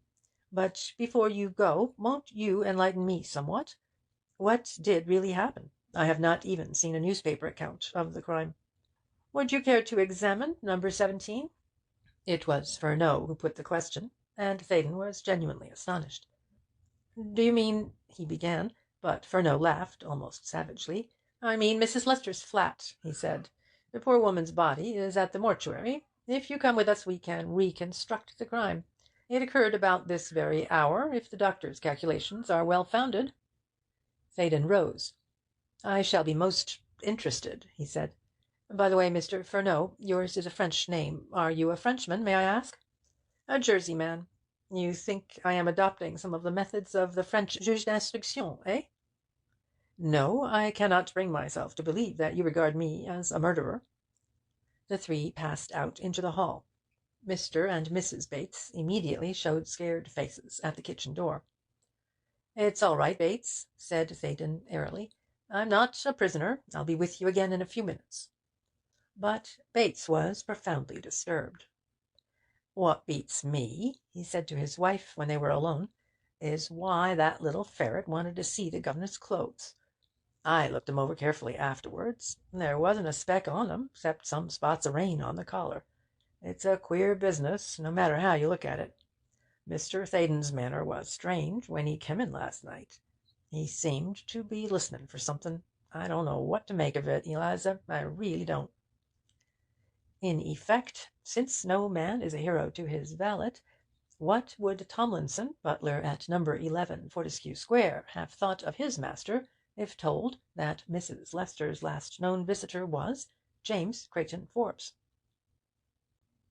A telephonic talk and its consequences. Theydon's journalistic experiences had been, for the most part, those of the special correspondent, or descriptive writer. He had never entered one of those fetid slums of a great city in which too often murder is done, never sickened with the physical nausea of death in its most revolting aspect, when some unhappy wretch's foul body serves only to further pollute air already vile. It was passing strange, therefore, that Winter had no sooner opened the door of No. 17 than the novice of the party became aware of a heavy, pungent scent which he associated with some affrighting and unclean thing. At first he swept aside the fantasy. Strong as he was, his nervous system had been subjected to severe strain that evening. He knew well that the mind can create its own spectres, that the five senses can be subjugated by forces which science has not as yet either measured or defined. Moreover, he was standing in a hall furnished with a taste and quiet elegance that must surely indicate similar features in each room of a suite which in other respects bore an almost exact resemblance of his own apartments. In sheer protest against the riot of an overwrought imagination, he brushed a hand across his eyes. The chief inspector noted the action. "You will find nothing gruesome here, I assure you," he said quietly. "Beyond a few signs of hurried rummaging of drawers and boxes, there is absolutely no indication of a crime having been committed." "Mr. Theydon came prepared to see ghosts," squeaked Furneaux. "Evidently he is not acquainted with the peculiar smell of a joss stick." Theydon turned troubled eyes on the wizened little man, who seemed to have the power of reading his secret thought. "A joss stick," he repeated. "Isn't that some sort of incense used by Chinese in their temples?" "Yes," said Furneaux. "Lots of ladies burn them in their boudoirs nowadays," explained Winter offhandedly. "The Chinese burn them to propitiate evil spirits," murmured Furneaux. "The Tao gods are mostly deities of a very unpleasant frame of mind. The mere scowl of one of them from a painted fan suggests novel and painful forms of torture. I've seen Shang-Ti grinning at me from a porcelain vase, otherwise exquisite, and felt my hair rising." "I do wish you wouldn't talk nonsense, Charles," said Winter, frowning heavily. "Am I talking nonsense, Mr. Theydon?" demanded Furneaux. "Didn't your flesh creep when that queer perfume assailed your nostrils, which are not yet altogether atrophied by the reek of thousands of rank cigars?" "Stop it," commanded Winter, throwing open a door. "And they christened him Leander, who swam the Hellespont for love of a woman," muttered Furneaux. Theydon began to believe that both detectives were cranks of the first order. Furneaux, whose extraordinary insight he actually feared, was obviously an excellent example of the alliance between insanity and genius. In a word, he failed, and not unreasonably, to understand that when the Jersey man was mouthing a strange jargon of knowledge and incoherence, and Winter was inclined to be snappy with his subordinate, and each was more than rude to the other, they were then giving tongue like hounds hot on the trail. Winter's Christian names were James Leander, the latter being conferred for no more classical reason than his father's association with a famous boating club. But the fact supplied Furneaux with material for many a quip. These things Theydon learnt later. At present he was giving all his attention to Winter, who led the way into a dainty furnished bedroom. The electric lights were governed by two switches. A pair of lamps occupied the usual place in front of a dressing-table. A third was suspended from a canopy over the bed, and was controlled also by an alternate switch behind the bolster. Winter turned on all three lights, so the room was brilliantly illuminated.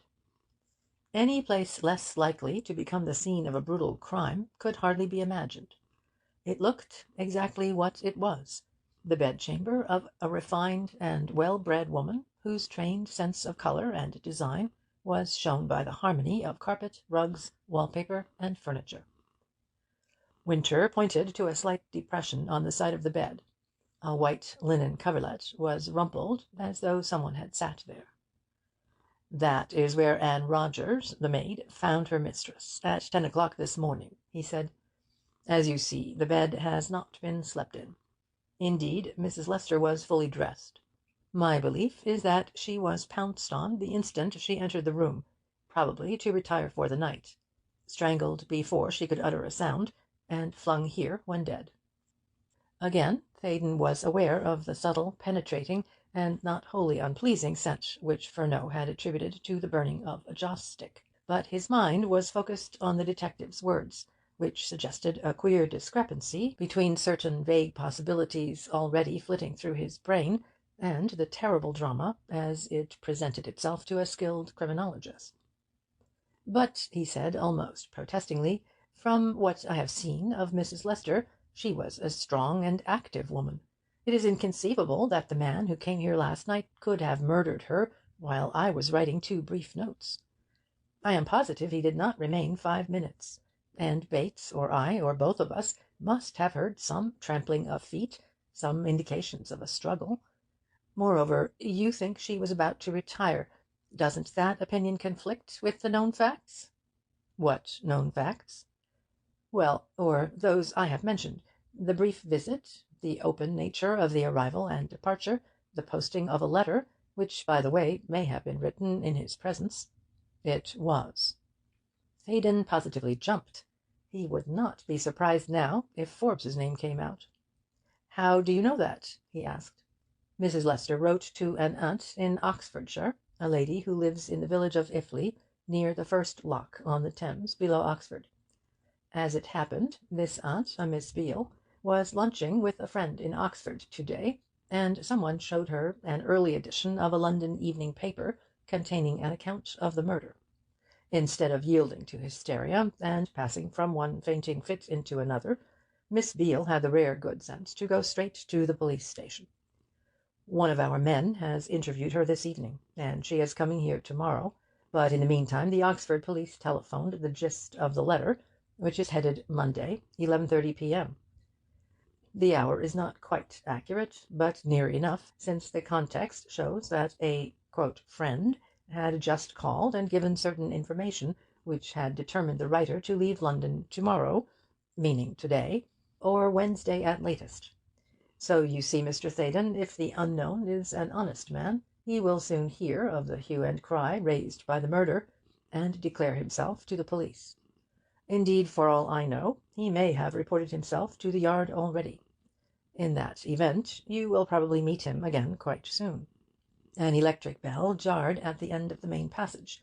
It smote on their ears with the loud emphasis of a pistol-shot. Even the detectives were startled, and Winter said, in a tone of distinct annoyance, "Go and see who the deuce that is, Furneaux." Furneaux returned promptly with Bates, pallid and apologetic. Beg pardon, sir, said the intruder, addressing Theydon, but allowing his eyes to roam furtively about the room, as though he expected to see something ghoul-like and sinister. Mr. Forbes has rung up. Theydon's voice literally quavered. For the first time in his life he knew why a woman shrieks in the stress of sudden excitement. "Tell Mr. Forbes I am still engaged with the gentleman from Scotland Yard," he gasped. "I'll give him a call the moment I'm free. He will understand. Anyhow, I can't explain further now." "Yes, sir." And Bates disappeared. "Mr. Forbes, the gentleman you were dining with?" inquired Winter. "Yes," said Theydon. He knew he ought to add something by way of explanation, but his heart was thumping madly, and he dared not trust his voice. "You told him, I suppose, that Scotland Yard was worrying you, and he wants to know the result?" Then Theydon saw an avenue of escape, and took it eagerly. "I spoke of the murder, of course," he said, "but Mr. Forbes was hardly interested. He had seen the newspaper placards, and that was all he knew of it. The truth is, he is wholly wrapped up in a scheme for reforming mankind by excluding airships and aeroplanes from warlike operations, and found me a somewhat preoccupied listener. He wants my help, such as it is, and I have no doubt the present call is a preliminary to another meeting to-morrow." "Why not go to him? We'll wait. We can do nothing more to-night after leaving here." "Speaking candidly, I am not in a mood to discuss such visionary projects. I shall be glad if Mr. Forbes has gone to bed when I do ring him up." Winter shook his head. "Excuse me, Mr. Theydon, but I am older than you, and may venture on advice," he said. "A writer who has his way to make in the world cannot afford to slight a man of Mr. Forbes's standing. Go to him at once. It will please him. Don't hurry." Theydon realized that a continued refusal would certainly set Furnow's wits at work, and he dreaded the outcome. He went without another word. When the outer door had closed behind him, Winter turned to Furneaux. "Well?" he said. For answer Furneaux waved a hand, and tiptoed into the hall. Waiting until he had heard the door of number 18 slam, he opened the latch of number 17 so cautiously that no sound was forthcoming.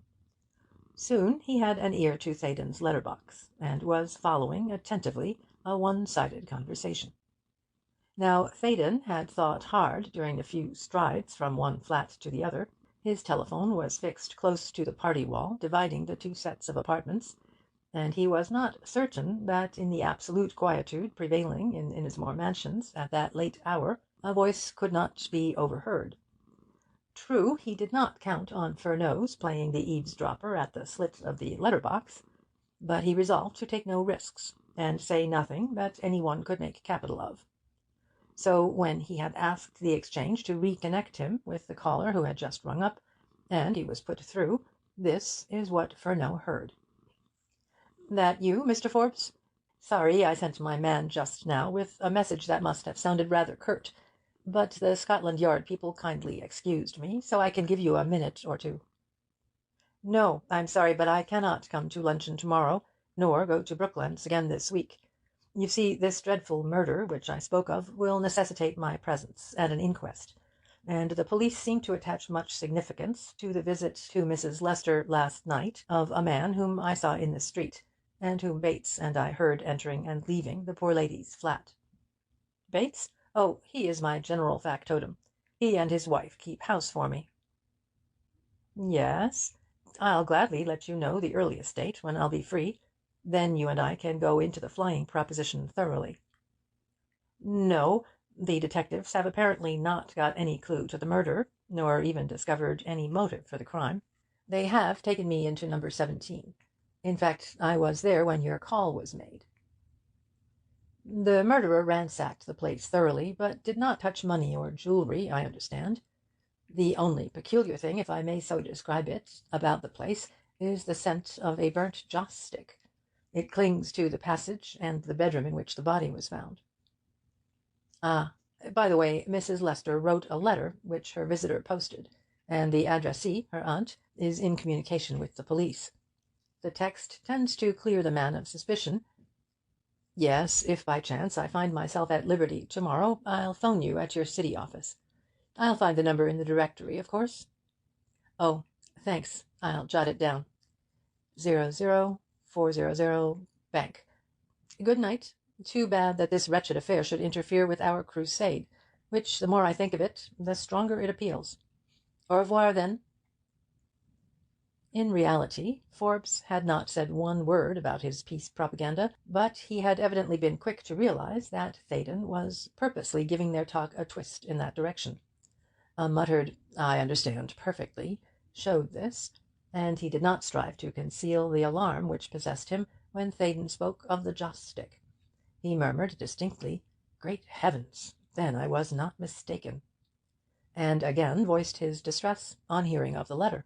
But he made matters easy by pressing Theydon to come and see him on the morrow, either at his office in Old Broad Street or at his residence. On the whole, Theydon did not care who heard what he had said, but it was a relief to find that he had to ring for readmission to number 17. Furneaux opened the door. "You soon got rid of your friend, then?" said the detective, while they were on their way to join Winter. "Yes, it was just what I imagined. A pressing invitation to plunge forthwith into Mr. Forbes's project for the regeneration of mankind. I had to tell him frankly that you gentlemen had first claim on me. I suppose I shall be wanted at the inquest?" "Not to-morrow. The coroner will hear the medical evidence, and that of Anne Rogers, if she is in a condition to appear, and there will be an adjournment for a week. That reminds me, didn't Mrs. Lester's servant admit the visitor last night?" Theydon put the question advisedly.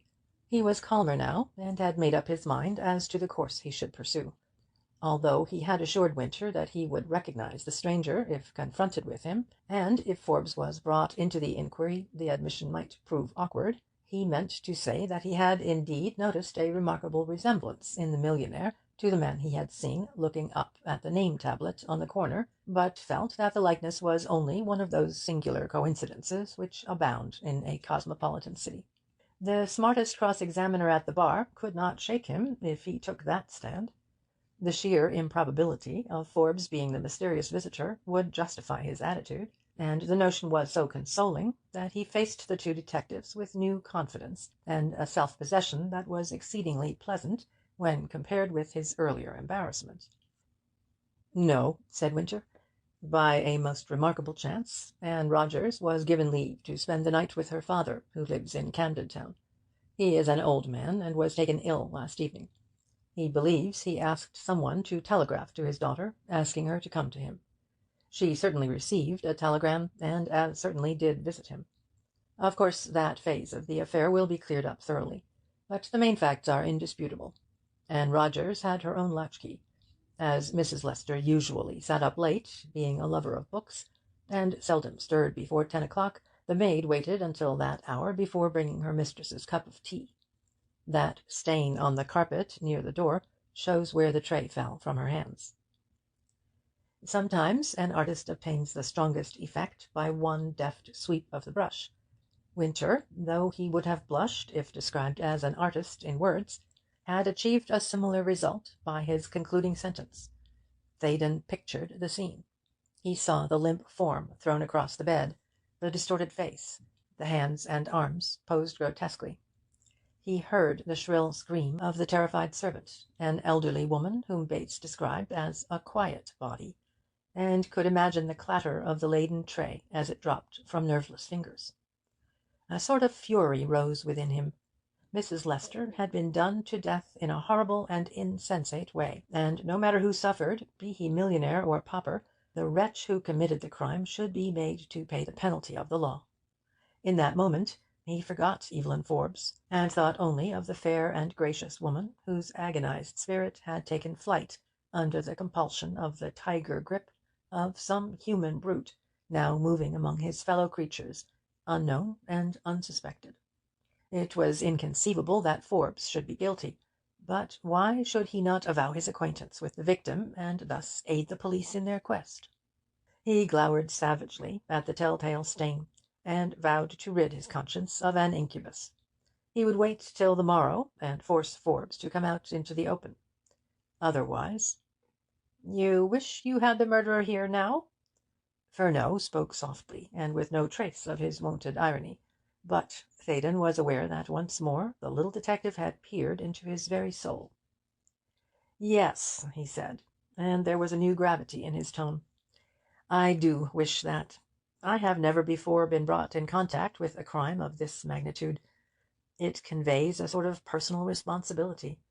To think that I was in my room reading about aviation while a woman's life was being choked out of her within a few feet of where I was seated. Oh, it is monstrous. Let me tell you two here and now that if I can do anything to bring Mrs. Lester's slayer to justice, you can count on me, no matter what the cost." "I'm sure you mean what you say, Mr. Theydon," said Winter soothingly. "Well, I suppose we can do no more to-night. I have little else to tell you." The ivory skull," put in Furneaux. For an instant an expression of annoyance flitted across the Chief Inspector's good-humoured face. Theydon did not see it, because Furneaux's odd-sounding words caused him to look with astonishment at the man who uttered them. "An ivory skull?" he cried. "What has an ivory skull to do with the murder of Mrs. Lester?" "We cannot even begin to guess at its meaning yet," said Winter, who, after one fierce glance at his colleague, had recovered his poise. "That is why I did not mention it. I hate the introduction of bizarre features into an inquiry of this sort. But now that the thing has been spoken of, I may as well state that when the medical examination was being made at the mortuary, a tiny skull, not bigger than a pea, and made of ivory, was found inside Mrs. Lester's under-bodice. The curious fact is that it was loose. Had it been attached to a cord, or secured in some way, one might regard it as a charm or amulet, because some women, even in the London of to-day, are not beyond the reach of superstition in such matters. But, as I say, it was not safeguarded at all, so we may reasonably assume that it was not carried habitually. Of course, Furneaux readily evolved a far-fetched theory that it is a sign or symbol, and was thrust out of sight among the clothing on the dead woman's breast by the man who killed her. But that is idle guesswork. We of the Yard seldom pay heed to theatrical notions of that kind. Here is the article. I don't mind letting you see it, but kindly remember that its existence must not be made known. I must have your promise not to mention it to a living creature." Furneaux chuckled derisively. "That is precisely the sort of thing anybody would say who attached no importance to the exhibit," he piped. Winter so nearly lost his temper that he repressed the retort on his lips. He contented himself, however, with producing a small white object from his waistcoat pocket, and handed it to Theydon. It was a bit of ivory, hollow and very light, and fashioned as a skull. Yet it was by no means an ordinary creation. The artist who fashioned it had gratified a morbid taste by imparting to the eyeless sockets and close-set rows of teeth a malign and threatening grin. Wickedness, not death, was suggested, but the craftsmanship was faultless. A collector would have paid a large sum for it, while the average citizen would refuse to have it in his house. "What an extraordinary thing!" said Theydon, turning the curio round and round in his fingers. "It's wonderfully well carved," agreed Winter. "From that point of view it's a masterpiece, but what I meant was the astounding fact that it should have been discovered on the dead woman's body. Was it placed over her heart?" "Why do you ask that?" came the sharp demand. "Because if it is a token of some vendetta, if the murderer wished to signify that he had glutted his vengeance—" "Oh, you're as bad as Furneaux," cried Winter impatiently. "Give it to me. I must be off. The hour is long past midnight, and I have a busy day before me tomorrow." Back in the seclusion of his own rooms, Theydon debated the question whether or not he should endeavour to communicate with Forbes again that night. Somehow it seemed to him that Forbes would be most concerned at hearing of the grey car. And what of the ivory skull? Suppose he knew of that? But a certain revulsion of feeling had come over Theydon since the sheer brutality of the murder had been revealed. He failed to see now why he should be so solicitous for Forbes's welfare. No matter what private purpose the man might serve by concealing his visit to Mrs. Lester, it ought to give way before the paramount importance of tracking a pitiless and callous criminal. So Theydon hardened his heart and went to bed, and, being sound in mind and constitution, slept like a just man wearied. Nevertheless, the last thing he saw before the curtain fell on his tired brain was an ivory skull dancing in the darkness. Greatly as the many problems attached to Mrs. Lester's death bewildered him, he would have been even more perplexed if he had overheard the conversation between Winter and Furneaux when they entered a taxi and gave Scotland Yard as their destination. "Look here, Charles," began Winter firmly, but the other stayed him with a clutch of thin nervous fingers on an arm strong enough to fell an ox. "Listen first, James. Lecture me afterwards," pleaded Furneaux. "I can't help yielding to impulse. And why should I strive to help it, anyhow? How often has impulse led me to the goal, when by every known rule of evidence I was completely beaten? That is my plea. That is why I brought that young fellow into number 17, and watched the story of the tragedy reshaping itself in his imagination. That is why, too, I spoke of the ivory skull. Think what it means to one with the writer's temperament. The skull will never leave his mind's eye. It will focus and control his thoughts and actions. And I feel it in my bones that only by keeping in touch with Mr. Francis Theydon shall we solve the Innismore Mansions mystery. I can't explain why I think this, no more than the receiver of a wireless message can account for the waves of energy it picks up from the void and transmutes into the ordered sequences of the Morse code. All I know is that when I am near him, I am, as the children say, warm, and when I am away from him, cold. While he was examining the skull, I was positively hot, and was half inclined to treat him as a thought-transference medium, and order him sternly to speak. No, be calm. I even bid you be honest. When have you ever before admitted an outsider to your counsels? And if you make an exception of Theydon, why are you doing it?" Winter bit the end off a cigar with a vicious jerk of his round head. He struck a match, and created such a volume of smoke that Furneaux coughed affectedly. "The real clue," he said at last, "rests with the grey car. What did you make of that?" "That, my bulky friend, will figure in my memory as a reproach for many a year. When, if ever, I am tempted to preen myself on some peculiarly close piece of ratiocinative reasoning, I shall say, little man, pygmy, remember the grey car." "You think that someone had the impudence to follow us, watch us in Waterloo, and take up Theydon's trail when we had revealed it?" "Aha! It touched you too, did it?" "But why?" "The someone in question wants to know that." "You mean they are anxious to find out what we are doing?" "Exactly." Winter laughed cheerfully. "Before long I shall begin to enjoy this hunt, Charles. I like to find originality in a felon. It varies the routine. At any rate, it is something new that you and I should be shadowed by the very people we are in pursuit of. Oh, I was nearly forgetting anything fresh in that telephone talk." "It seemed all right." "Seemed? Well, it was too straightforward.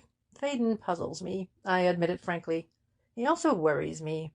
But let me handle him in my own way. Have no fear that he will use our material for newspaper purposes. With regard to the Innismore Mansions affair, Theydon will lie close as a fish. Why? No use asking you, of course. You despise intuition. When you die, someone should begin your epitaph, 'From information received.' But I'll stick to Theydon, see if I don't, even if I have to go up with him in one of Forbes's airships." A leap in the dark. With the morning, Theydon brought a mature and impartial judgment to bear on his perplexities. The average man, if asked to form an opinion on any difficult point, will probably arrive at a saner decision during the first pipe after breakfast than at any other given hour of the day. Excellent physiological reasons account for this truism. The sound mind in a sound body is then working under the most favourable conditions. It is free from the strain of affairs. The cold, clear morning light divests problems of the undue importance, or, it may be, the glamour of novelty, which they possess overnight. At any rate, Frank Theydon, clenching a pipe between his teeth, and gazing thoughtfully through an open window at the trees in Innismore Gardens, reviewed yesterday's happenings calmly and critically, and arrived at the settled conviction that his proper course was to visit Scotland Yard, and make known to the authorities the one vital fact which he had withheld from their ken thus far. It was not for him to assess the significance of Mr. Forbes's desire to remain in the background. If the millionaire's excuse or explanation of his failure to communicate at once with the Criminal Investigation Department was a sufficiently valid one, Scotland Yard would be satisfied, and might agree to keep his name out of the inquiry. On the other hand, he, Theydon, might be balking the course of justice by holding his tongue. There was yet a third possibility, one fraught with personal discredit. Mr. Forbes himself might realize that a policy of candour offered the only dignified course. Suppose he was minded to tell the detectives that he was the man who visited Mrs. Lester shortly before midnight, what would Winter and Furneaux think of the young gentleman who had actually dined with Forbes before they took him into their confidence, who heard with such righteous indignation how Mrs. Lester had met her death, yet brazenly concealed the fact that he had just left the house of one whom they were so anxious to meet and question? Of course, the radiant vision of Evelyn Forbes intruded on this well-considered and unemotional analysis, but Theydon resolutely shook his head. "No, by Jove," he communed, "you mustn't make an ass of yourself, my boy, because a pretty girl was gracious for an hour or so. Be honest with yourself, old chap. If there were no Evelyn, or if Evelyn were hare-lipped and squinted, you wouldn't hesitate a second, now would you?" Yet he had given a promise. How reconcile an immediate call on Scotland Yard with the guarantee of secrecy demanded by Forbes? Well, he must put himself right with Forbes without delay. Tell him straightforwardly that the bond could not hold. Theydon was no lawyer, but he was assured that an agreement founded on positive wrong was not tenable, legally or morally. He would be adamant with Forbes, and decline to countenance any plea in support of continued silence. If Forbes's demand was reasonable, Scotland Yard would grant it. If justice compelled Forbes to come out into the open, no private citizen should attempt to defeat the ends of justice. "So that settles it," announced Theydon, firmly, if not cheerfully. "I'll ring up Forbes and get the thing over and done with. I'll never see his daughter again, I suppose, but that can't be helped. 'Tis better to have seen and lost than never to have seen at all."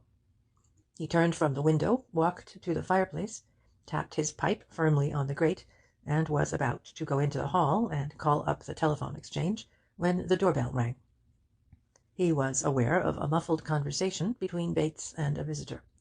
Then the valet appeared, obviously ill at ease. "If you please, sir," he announced, "a lady, Miss Beale, of Oxford, who says she is Mrs. Lester's aunt, wishes to see you." Theydon was immensely surprised, as well he might be, but there was only one thing to be done. "Show her in," he said. Miss Beale entered. She was slight of figure, middle-aged, and grey-haired. The wanness of her thin features was accentuated by an attire of deep mourning, but the pallor in her cheeks fled for an instant when she set eyes on Theydon. "Pray forgive the intrusion," she faltered. I expected to meet an older man." It was a curious utterance, and Theydon tried to relieve her evident nervousness by being mildly humorous. "I hope to correct my juvenile appearance in course of time," he said, smiling. "Meanwhile, won't you be seated? You are not quite unknown to me, Miss Beale. That is, I heard of you last night from the Scotland Yard people." She sat down at once, but seemed to be at a loss for words. Her lips trembled, and Theydon thought she was going to cry. "Have you travelled from Oxford this morning?" he said, simulating a courteous nonchalance he was far from feeling. "If so, you must have started from home at an ungodly hour. Let me have some breakfast prepared for you." No," she stammered. "Well, a cup of tea, then. Come now, no woman ever refuses a cup of tea." "You are very kind." He rang the bell. "I would not have ventured to call on you if I had not seen your name in the newspaper," she went on. Miss Beale certainly had the knack of saying unexpected things. It was nothing new that Theydon should find his own name in print, but on this occasion he could not choose but associate the distinction with the crime in number 17. That he should be mentioned in connection with it was neither anticipated nor pleasing. At the same time, he realized the astounding fact that he had not even glanced at a newspaper during 24 hours. "What in the world have the newspapers to say about me?" he cried. It said that Mr. Francis Barold Theydon, the well-known author, lived in number 18, the flat exactly opposite that which my unhappy niece occupied. I have read some of your books, Mr. Theydon, and I pictured you quite a serious-looking person of my own age." He laughed. Bates entered, and was almost shocked at finding his master in such a lively mood. "Oh, this lady has travelled from Oxford this morning. A cup of tea and some nice toast, please, Bates," said Theydon. Then, when the two were alone together again, he brushed aside the question of age as irrelevant. "I assure you that since this time yesterday I have lost some of the careless buoyancy of youth," he said. "I had not the honour of Mrs. Leicester's acquaintance, but I knew her well by sight, and I received the shock of my life last evening when I heard of her terrible end. It is an extraordinary thing, seeing that we were such close neighbours, but I believe you got the news long before I did, because I left home early and heard nothing of what had happened till my man met me at Waterloo in the evening." "You have seen the detectives in the meantime?" "Yes." "Then you will be able to tell me something definite. I have promised to call at Scotland Yard at 11 o'clock, and the only scraps of intelligence I have gathered are those in the papers. I would have come to London last night, but was afraid to travel, lest I should faint in the train. Moreover, someone in London promised to send a detective to see me. He came, but could give no information. Indeed, he wanted to learn certain things from me. So after a weary night I caught the first train, and it occurred to me, as you lived so near, that you might be kind enough to—" The long speech was too much for her, and her lips quivered pitifully a second time. "I fully understand," said Theydon sympathetically. "Now I'm positive you have eaten hardly anything to-day. Won't you let me order an egg?" "No, please. I'll be glad of the tea, but I cannot make a meal yet. Is it true that my niece was absolutely alone in her flat on Monday night?" Seeing that Miss Beale was consumed with anxiety to hear an intelligible version of the tragedy, Theydon at once recited all, or nearly all, that was known to him. The only points he suppressed were those with reference to the grey car and the ivory skull. The lady listened attentively, and with more self-control than he gave her credit for. Bates came in with a laden tray, on which a boiled egg appeared. Mrs. Bates had used her own discretion, and decided that any one who had set out from Oxford so early in the day must be in need of more solid refreshment than tea and toast. Thus cozened, as it were, into eating, Miss Beale tackled the egg, and Theydon was glad to note that she made a fairly good meal, being probably unaware of her hunger until the means of sating it presented itself. But she missed no word of his story, and when he made an end, put some shrewd questions. "I take it," she said, "that the strange gentleman who visited my niece on Monday night posted the very letter which I received by the second delivery yesterday?" "That is what the police believe," replied Theydon. "Then it would seem that she resolved to come to me at Iffley as the result of something he told her?" "Why do you think that?" "Because I heard from her only last Saturday, and she not only said nothing about coming to Oxfordshire, but she asked me to arrange to spend a fortnight in London before we both went to Cornwall for the summer." "Ah, that is rather important, I should imagine," said Theydon thoughtfully. "It is odd, too, that you and the detectives should have noticed the smell of a joss stick in the flat," went on Miss Beale. "Edith, my niece, you know, could not bear the smell of joss sticks. They reminded her of Shanghai, where she lost her husband." Theydon looked more startled than such a seemingly simple statement warranted. He had realized already that the ivory skull was the work of an Oriental artist, and the mention of Shanghai brought that sinister symbol very vividly to his mind's eye. "Mrs. Lester had lived in China, then?" he said. "Yes. She was out there nearly 6 years. Her husband died suddenly last October. He was poisoned, she firmly believed, and of course she came home at once." "What was Mr. Lester's business or profession?" "He was a barrister. I do not mean that he practised in the consular courts. He was making his way in England, but was offered some sort of appointment in Shanghai. The post was so lucrative that he relinquished a growing connection at the bar. I have never really understood what he did. I fancy he had to report on commercial matters to some firm of bankers in London, but he supplied very little positive information before Edith and he sailed. Indeed, I took it that his mission was highly confidential, and about that time there was a lot in the newspapers about rival negotiators for a big Chinese loan. So I formed the opinion that he was sent out in connection with something of the sort. Neither he nor Edith meant to remain long in the Far East. At first their letters always spoke of an early return. Then, when the years dragged on, and I asked for definite news of their homecoming, Edith said that Arthur could not get away until the country's political affairs were in a more settled state. Finally came a cablegram from Edith: Arthur dead, sailing immediately, and my niece was with me within a few weeks. The supposed cause of her husband's death was some virulent type of fever, but, as I said, Edith was convinced that he had been poisoned. Why? That I never understood.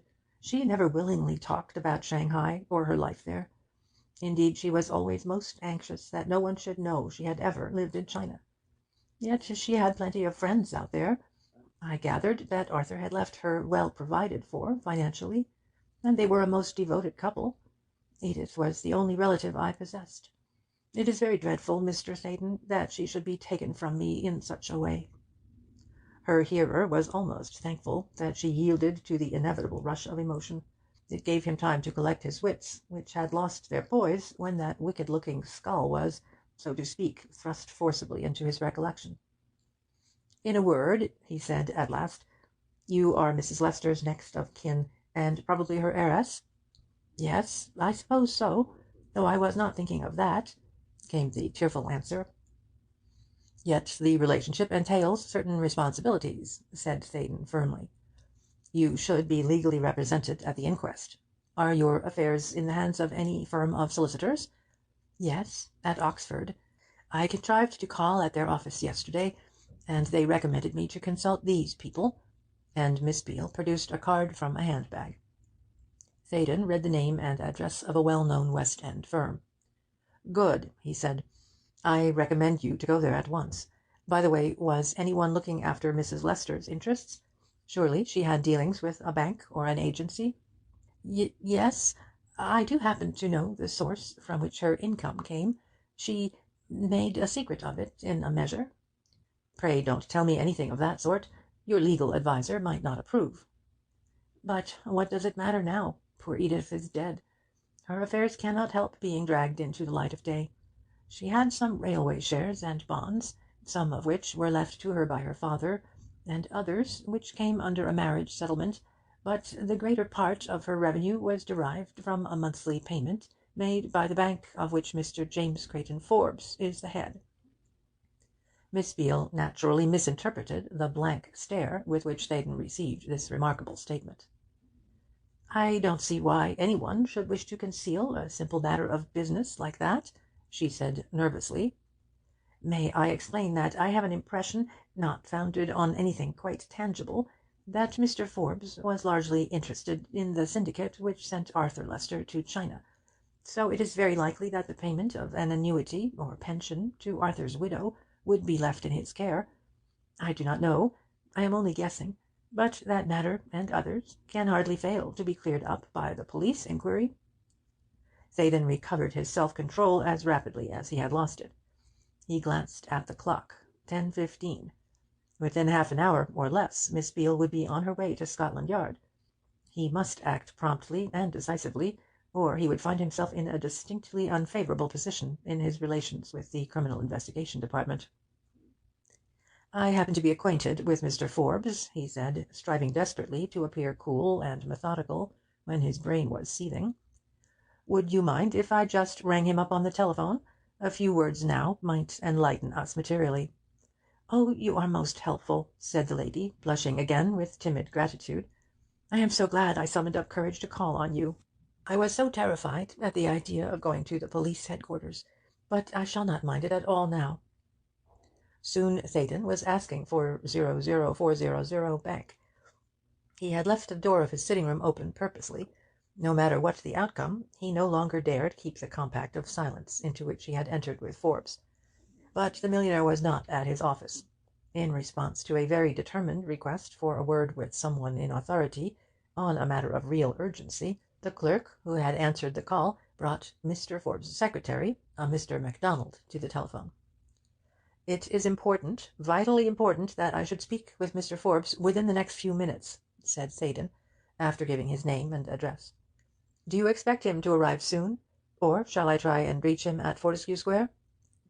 "Mr. Forbes will not be here till midday," came a voice with a pronounced Scottish intonation. "I'm doubtful, too, if you'll catch him at home. Can I give him a message?" "Do you know where he is?" "Well, I cannot say." "But do you know?" "I'll be glad to give him a message." "It will be too late, then. Please understand, Mr. MacDonald, that I am making this call at Mr. Forbes's express wish. It is, as I have said, vitally important that I should get in touch with him without delay." Scottish caution was not to be overcome by an appeal of that sort. "I cannot go beyond what I have said," was the reply. "If you like to ask at his house—" "Oh, ring off!" cried Theydon, who pictured the secretary as a lanky, hollow-cheeked Scot, a model of discretion and trustworthiness, no doubt, but utterly unequal to a crisis demanding some measure of self-confident initiative. In reality, Mr. MacDonald was short and stout, and quite a jovial little man. After an exasperating delay, he got into communication with the Forbes mansion in Fortescue Square. "I'm Mr. Frank Theydon," he said, striving to speak unconcernedly. "Is Mr. Forbes in?" "No, sir." "Is that you, Tomlinson?" "Yes, sir." "Can you tell me where I can find Mr. Forbes at once?" "Isn't he at his office, sir?"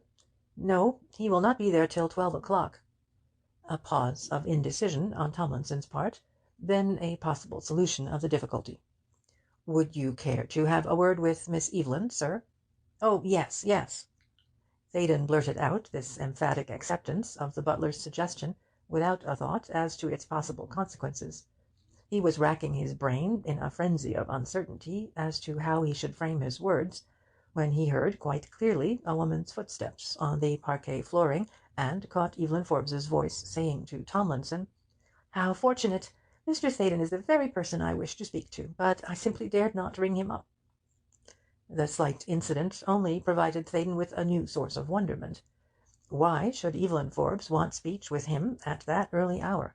Perhaps she would explain. He could only hope so, and trust to luck in the choice of his own phrases. "That you, Mr. Theydon?" came the girl's voice, sweet in its cadence, yet ominously eager. "How nice of you to anticipate my unspoken thought. I have been horribly anxious ever since I read of that awful affair at Innismore Mansions. That poor lady's flat is next door to yours, is it not?" "Yes, but—" "Oh, you cannot choke off a woman's curiosity quite so easily.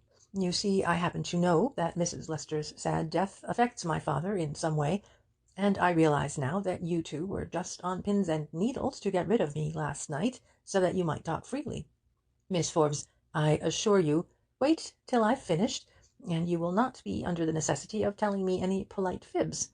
You men are all alike. You think the giddy feminine brain is not fitted to cope with mysteries, and that is where you are utterly mistaken. A woman's intuition often peers deeper than a man's logic.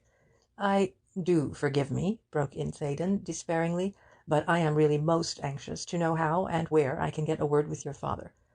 I would not be so rude as to interrupt you if I hadn't the best of excuses. Tell me where to find him now, and I promise to give you a call immediately afterwards." "He's at the Home Office." "At the Home Office?" Some hint of utter bewilderment in Theydon's tone must have reached the girl's alert ear. "Ah, touché!" she cried. "Now will you be good and tell me why Dad should receive a little ivory skull by this morning's post?" Theydon knew that he paled. His very scalp tingled with an apprehension of some shadowy, yet none the less affrighting evil. But he schooled himself to say, with a semblance of calm interest, "What exactly do you mean, Miss Forbes?" She laughed lightly. Theydon was so flurried that he did not realize the possibility of Evelyn Forbes being as quick to mask her real feelings as he was himself. "Dad and I make a point of breakfasting together at 9 o'clock every morning," she said. "We were talking about you, and he told me of the dreadful thing that happened to Mrs. Lester. I was reading the account of the tragedy in a newspaper when I happened to glance at him. He was going through his letters, and I was just a trifle curious to know what was in a flat box which came by registered post. He opened it carelessly, and something fell out and rolled across the table. I picked it up and saw that it was a small piece of ivory, carved with extraordinary skill to represent a skull. Indeed, it was so clever as to be decidedly repulsive. I was going to say something when I saw that the letter which was in the same box had alarmed him so greatly that for a second or two I thought he would faint. But he can be very strong and stern at times, and he recovered himself instantly, was quite vexed with me because I had examined the ivory skull, and forbade my going out until he had returned from the Home Office. Tomlinson and the other men have orders not to admit any one to the house, no matter on what pretext. And I'm sure the letter and its nasty little token are bound up in some way with Mrs. Lester's death. Won't you let me into the secret? I shan't scream or do anything foolish, but I do think I'm entitled to know what you know if it affects my father. I really fail to see why you should assume some connection between the crime which was committed here on Monday night and the arrival of a somewhat singular package at your house this morning," he said reassuringly. "Like every other woman, I jump at conclusions," she answered. "Why should this crime in particular have worried my father? Unfortunately, the newspapers are full of such horrid things, yet he hardly ever pays them any attention. No, Mr. Theydon, I am not mistaken. He either knew Mrs. Lester and was shocked at her death, or saw in it some personal menace. Then comes the letter with its obvious threat, and I am ordered to remain at home under a strong guard while he hurries off to Whitehall. You have met my father, Mr. Theydon. Do you regard him as the sort of man who would rush off in a panic to consult the Home Secretary without very grave or weighty reasons? But you can hardly be certain that a wretched crime in this comparatively insignificant quarter of London supplies the actual motive of Mr. Forbes's action," urged Theydon. The girl stamped an impatient foot. He heard it distinctly. "Of course I am certain," she cried. "Why won't you be candid? You know I am right. I can tell it from your voice and your guarded way of talking." An inspiration came to Theydon's relief in that instant. "Pardon the interruption," he said, "but I must point out that both of us are acting unwisely in discussing such matters over the telephone. Really, neither must say another word except this. When I have found your father, I'll ask his permission to come and see you. Perhaps we three can arrange to meet somewhere for luncheon. That is absolutely the farthest limit to which I dare go at this moment." "Oh, very well." The receiver was hung up in a temper, and the prompt ringing off jarred disagreeably in Theydon's ear. If he was puzzled before, he was thoroughly at sea now. But he took a bold course, and cared not a jot whether or not it was a prudent one. The mere sound of Evelyn Forbes's voice had steeled his heart and conscience against the dictates of common sense. Let the detectives think what they might, the girl's father must be allowed to carry through his plans without let or hindrance. "Miss Beale," said Theydon, gazing fixedly into the sorrow-laden eyes of the quiet little lady whom he found seated where he had left her, "I'm going to tell you something very important, very serious, something so far-reaching and momentous that neither you nor I can measure its effect. You heard the conversation on the telephone?" "I heard what you were saying, but could not understand much of it," said his visitor in a scared way. "I have been trying to communicate with Mr. Forbes, but his daughter tells me that the murder of your niece seems to have affected him in a manner which is incomprehensible to her, and even more so to me, though I am acquainted with facts which her father and I have purposely kept from her knowledge. Mr. Forbes has gone hurriedly to the Home Office. I suppose you know what that means? He is about to give the Home Secretary certain information, and it is not for you or me to interfere with his discretion. Now, if you tell the Scotland Yard people what you have told me, namely, that Mr. Forbes was the intermediary through whom Mrs. Lester received the greater part of her income, he will be brought prominently into the inquiry. You see that, don't you?" "Yes, I suppose that something of the sort must happen." "Well, I want you to suppress that vital fact until we know more about this affair. It will not be for long. Each of us must tell our story without reservation at some future date. Whether this afternoon, or tomorrow, or a week hence, I cannot say now. But I do ask you to keep your knowledge to yourself until I have had an opportunity of consulting Mr. Forbes. I undertake to tell you the exact position of matters without delay, and I accept all responsibility for my present advice."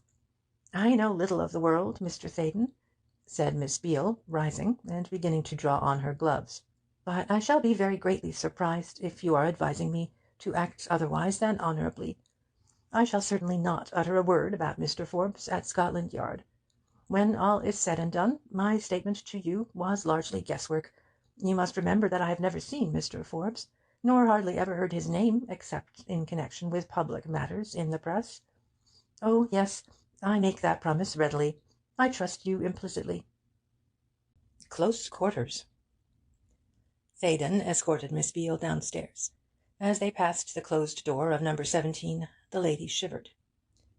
"To think that within the next few days I would have been staying there with Edith, and planning evenings at the theatre before going to Newquay," she murmured. There was a pitiful catch in her voice that told better than words how the remainder of her existence would be darkened by the tragedy. At best, she was a shrinking, timid little woman, for whom life probably held out but narrow interests. Such as they were, their placid content was forever shattered. The death of her niece had closed the one chief avenue leading to the outer world. She would retire to the quiet backwater of Iffley, to become more faded, more insignificant, more lonely each year. Theydon commiserated with her deeply, and did not hesitate to utter his thoughts while putting her into the cab. "Have you no friends in London?" he inquired. "I don't like the notion of sending you off alone into this wilderness. London is the worst place in the world for any one in distress. The heedless multitude seems to be callous and unsympathetic. It isn't, in reality. It simply doesn't know, and doesn't bother. I used to claim some acquaintances here, but I have lost track of them for years," she said. "In any event, I shall have more than enough to occupy my mind to-day. The inquest opens at 3 o'clock, and I must face the ordeal of identifying Edith's body. The detective told me that this should be done by a relation. Well, the only other person who could act, Anne Rogers, has been nearly out of her mind since yesterday morning." "Where are you staying?" She mentioned a small hotel in the West End. "I used to go there with my people when I was a girl," she added sadly. "Then I'll get my sister to call. You'll like her. She's a jolly good sort, and a chat with another woman will be far more beneficial than the society of detectives and lawyers and such like strange fowl.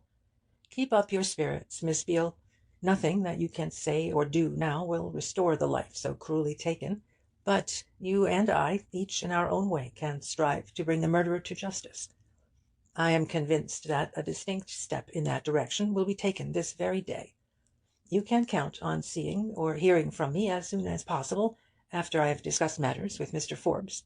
Meanwhile, don't forget to have a lawyer representing you at the inquest." They parted as though they were friends of long standing. Theydon was genuinely sorry for this grey-haired woman's plight, and she evidently regarded him as a kind-hearted and eminently trustworthy young man. He stood and watched the cab as it bore her off swiftly into the maelstrom of London. He could not help thinking that seldom had he met one less fitted for the notoriety thrust upon all connected with a much talked of crime. When the press interviewers, the photographers, the 101 officials with whom she must be brought into contact were done with her, poor Miss Beale would retire to her Oxfordshire nook in a state of mental bewilderment that would baffle description. In one of his books, Theydon had endeavoured to depict just such a middle-aged spinster, confronted with a situation not unwholly like that which now faced Miss Beale. He smiled grimly when he realized how far fiction had wandered from fact. The woman of his imagination had acted with a strength of character, a decisiveness that outwitted and confounded certain scheming personages in the story. How different was the reality! Miss Beale, rushing across London in a taxi, reminded him of nothing more masterful than a caged bird turned loose in a tempest. He was about to re-enter the Mansions, meaning to telephone to both the Fortescue Square house and the Old Broad Street offices, and ask for instant news of Mr. Forbes in either locality. He was so preoccupied that he failed to notice an approaching taxicab, though the driver was signalling, and even tooted a motor horn loudly in the endeavour to attract his attention. He did, however, catch his own name, and halted. Beg pardon, sir, but you are Mr. Theydon, aren't you? Said the man. Then Theydon recognized Evans, the taxi driver who had brought him from Fortescue Square. "Hullo!" he cried. "Any news of the grey car?" "Yes, sir, I think so," was the somewhat surprising answer. "When I dropped you last night, I got a fare to Euston, then I took a gentleman to the Langham, and as I felt like a snack, I pulled into the nearest cab rank. I was having some coffee and sandwiches when I happened to speak about the grey car to one of the chaps. 'That's odd,' he said. 'Quarter of an hour ago I had a theatre job to Langham Place. The grey landaulet stopped in front of the Chinese Embassy. Came along from the east side, too.' He didn't notice the number, sir, so there may be nothing in it after all, but I thought you might like to hear what my pal said." "Was the car empty? Did it call for someone at the Embassy?" "That's the queer part of it, sir. I axed particular. The grey car brought a gentleman, a small, youngish man, who skipped up the Embassy steps like a lamplighter, and went in afore you could say knife. Somebody might have been watching for him through the keyhole, door was opened that quick. Then the car went off. My friend wouldn't have given a second thought to it if the gentleman hadn't vanished like a jack-in-the-box. That's why he remembered the color of the car." Theydon tried to look as though Evans's statement merely puzzled him, whereas his mind was already busy with the extraordinary coincidences which the haphazard events of a few hours had produced. Was the Far East bound up in some mysterious way with Mrs. Lester's death? Did the crime possess a political significance? If so, an explanation by Forbes was more than ever demanded. "Your informant was not mistaken about the Chinese Embassy, I suppose?" he said. "No, sir. He's always in that district. His garage is at the back of Great Portland Street. He knows most of them there chinks by sight." "Then that grey car can hardly have been our grey car," commented Theydon, deeming it wise to prevent the sharp-witted taxi driver from jumping at conclusions. "Afraid not, sir. Still, I just took the liberty. I'm very much obliged to you, of course. I said half a crown, didn't I? Here you are. Keep an eye open for XY1314, and let me know if you hear or see anything of it." "Thank you, sir." Then Evans lifted his eyes to the block of buildings. "Nasty business, this murder which was done there the other night, sir," he went on. "One'd hardly believe it possible for such things to take place in London nowadays."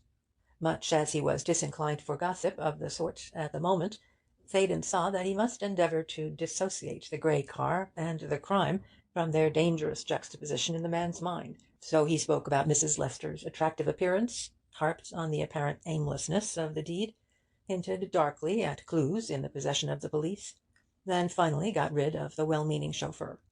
Back he went to his telephone, and having ascertained that Mr. Forbes was fully expected to put in an appearance at the City office before noon, settled down to read the newspapers. They contained sensational but fairly accurate accounts of the tragedy. One enterprising journal had published an interview with Bates, whom the reporter described as a typical British manservant, which was amusing, since Bates had "retired non-commissioned officer" written all over his square frame and soldierly face.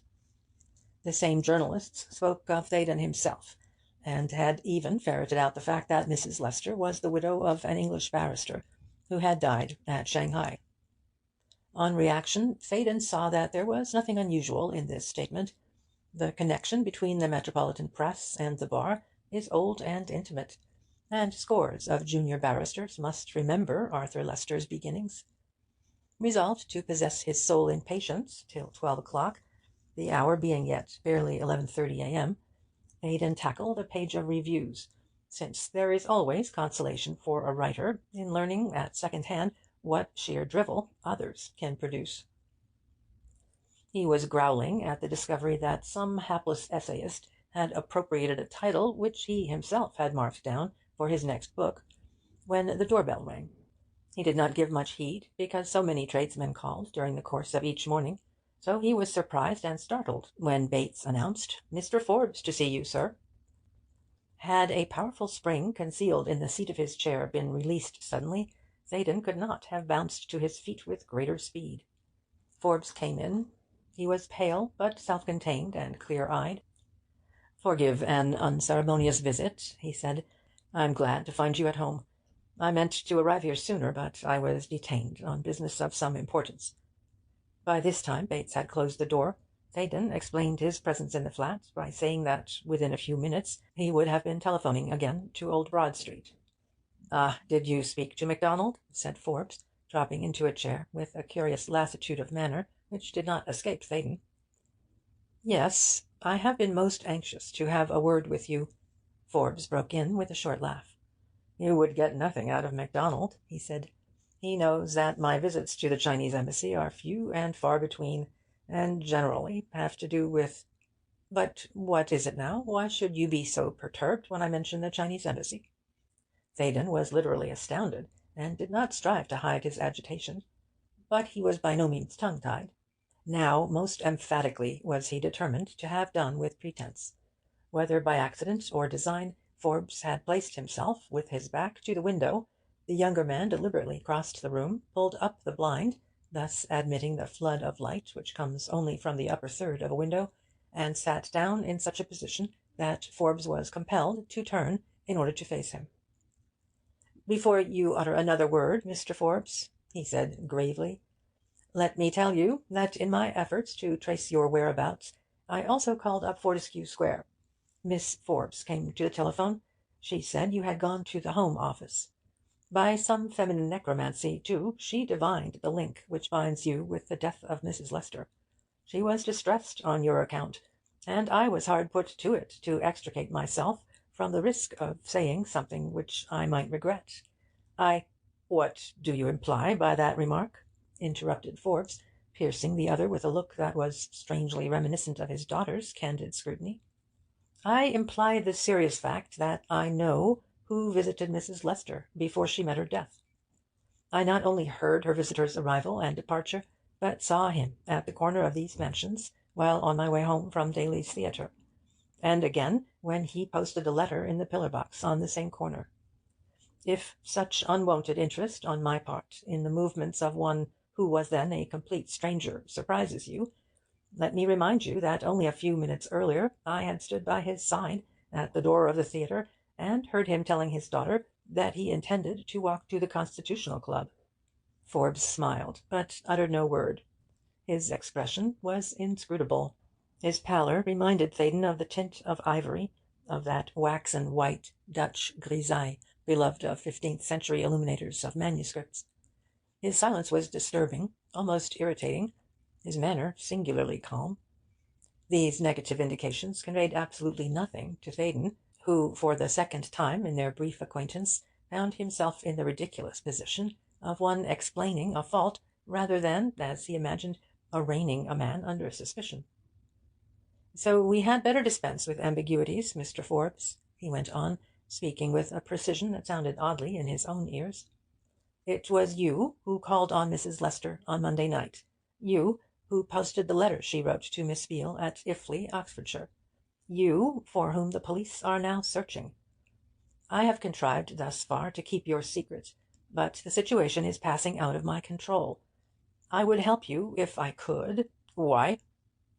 The monosyllable, sharp and insistent, was as disconcerting as the unexpected crack of a whip, but Theydon answered valiantly, "Because of the monstrous absurdities with which fate has plagued me during the past 2 days. I appeal now for outspokenness, so I set an example. Had it not been for your daughter's remarkably attractive appearance, I should not, in all likelihood, have given a second glance at my neighbours on the steps of the theatre.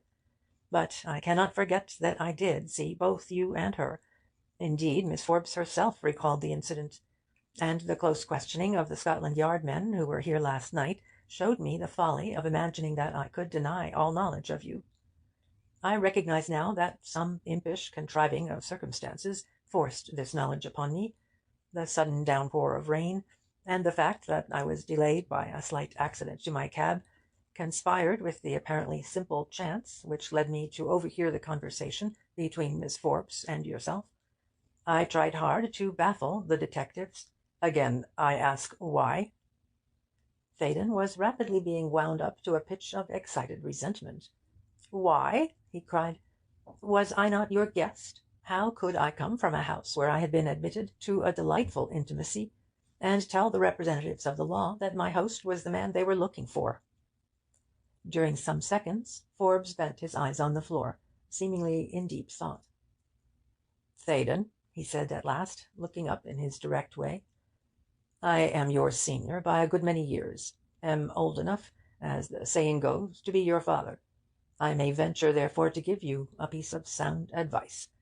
Pack a kit bag, catch the afternoon boat train for Boulogne, and go for a walking tour in Normandy and Brittany. When I was your age, and a junior in a bank, I had to take my holidays in May, and each year I tramped that corner of France.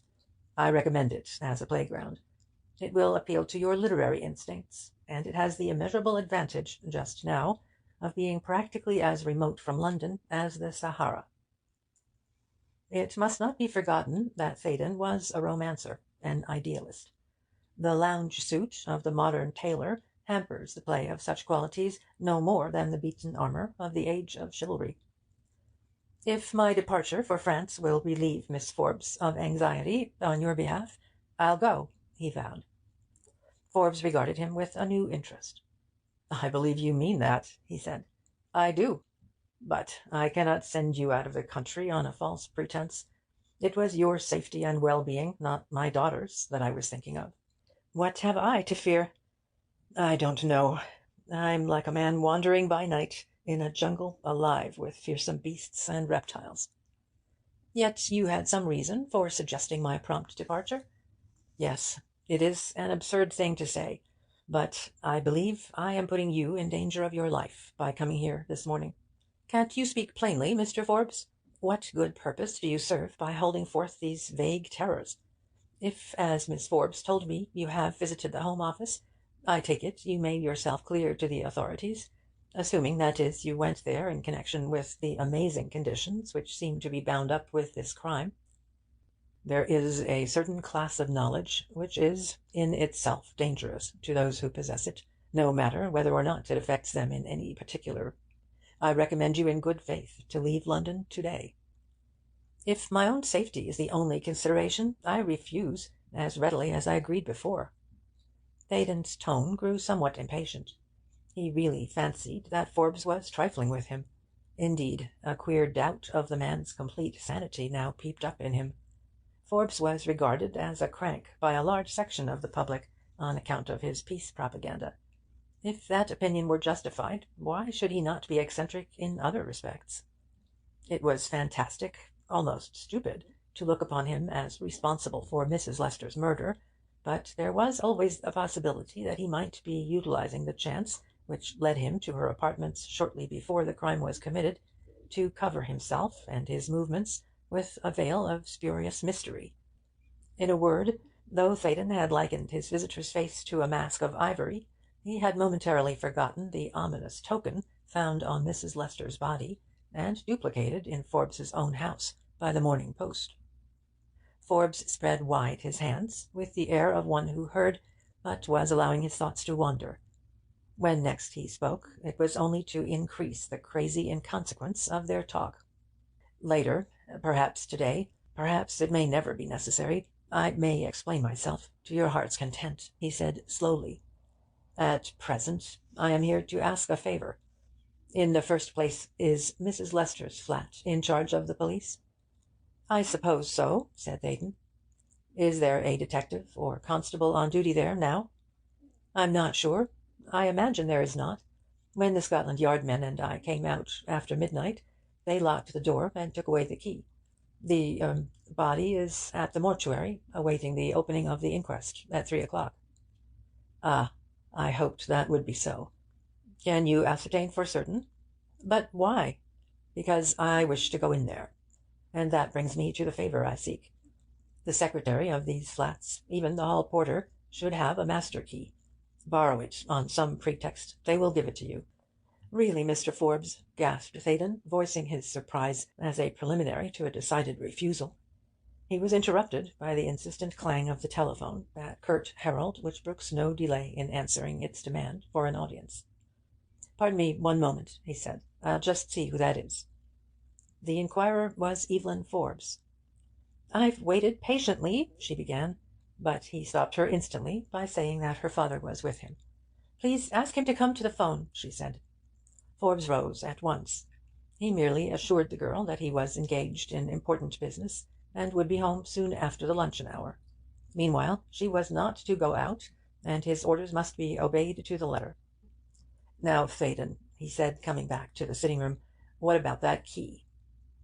The most extraordinary feature of an extraordinary case was the way in which the mere sound of Evelyn Forbes's voice stilled any qualms of conscience in Theydon's breast. He knew he was acting foolishly in conducting a blind inquiry on his own account, an inquiry which might well arouse the anger and active resentment of the police. But he offered a sop to his better judgment by consulting Bates. Then came a veritable surprise. "The fact is, sir," admitted Bates nervously, "we have Anne Rogers's key in the kitchen. When she went away on Monday, she left it here, being afraid of losing it. Of course, she took it on Tuesday morning. After going from one fit of hysterics into another, she gave it to us again." Theydon's face was eloquent of the serious view of this avowal. "Did you tell the police?" he said. "No, sir. My missus and me clean forgot all about it." "So, while Mrs. Lester was being killed, the key of her flat was actually in your possession?" "I suppose it might be put that way, sir." By this time Theydon was becoming exasperated at the veritable conspiracy which fate had engineered for the express purpose, apparently, of entangling him in an abominable crime. "Why on earth didn't you mention such an important fact to the detectives?" he almost shouted.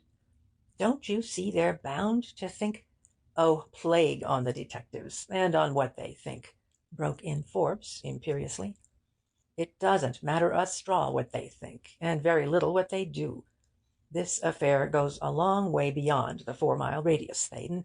The vital point is that your man has the key. Where is it? Let us go in there at once." "You offered me some advice, Mr. Forbes," said Theydon firmly. "Let me now return it in kind. If you wish to examine Mrs. Lester's flat, why not seek the permission of Scotland Yard?"